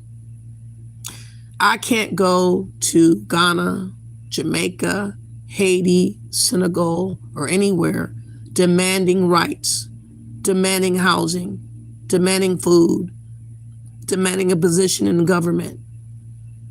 When I first arrived, they would look at me like I'm stupid. They would tell me to go sit somewhere down and shut the fuck up. But y'all think y'all can all come over here, like from over 165 different countries, and you think little old me, Black American, is supposed to put you over me? I'm supposed to exalt all of y'all over me? I'm supposed to worship y'all? No, we're not doing that. I don't care if you're so-called black. You're not the right kind. You're not American black. That's the kind that I advocate for. That's the kind that I will talk for. That's the kind that I will remind you of who I am and who I represent. And again, it's your job to fight your own battle. It's your job to go back to Africa and make Africa the way you want it. It is not Black Americans' job to care. You guys think we should, but who are you to me? Nobody. So that it is what it is. Please like and share the video. I hope that I would get people to respect where I'm from, where I'm coming from. But for those that can't, whatever. Please, have you ever been in Africa? No, you just, no, I'm not. Never been in Africa, not interested in going ever. Okay, that's my point. I'm not interested in any citizenship in Africa. I'm not interested in visiting Africa. It's fine to watch it on YouTube. It's fine to converse with people on YouTube. That's all. I've tried some food from someone that made African food recently, and I wouldn't mind trying more, but that's where it stops. as far as me wanting to get involved and change my identity and change who I am and put Africans on a pedestal to worship, you got the wrong one, baby. I'm not here to worship nobody. That's it. That's all. Thank you all for being here. Please like and share the video and bless up.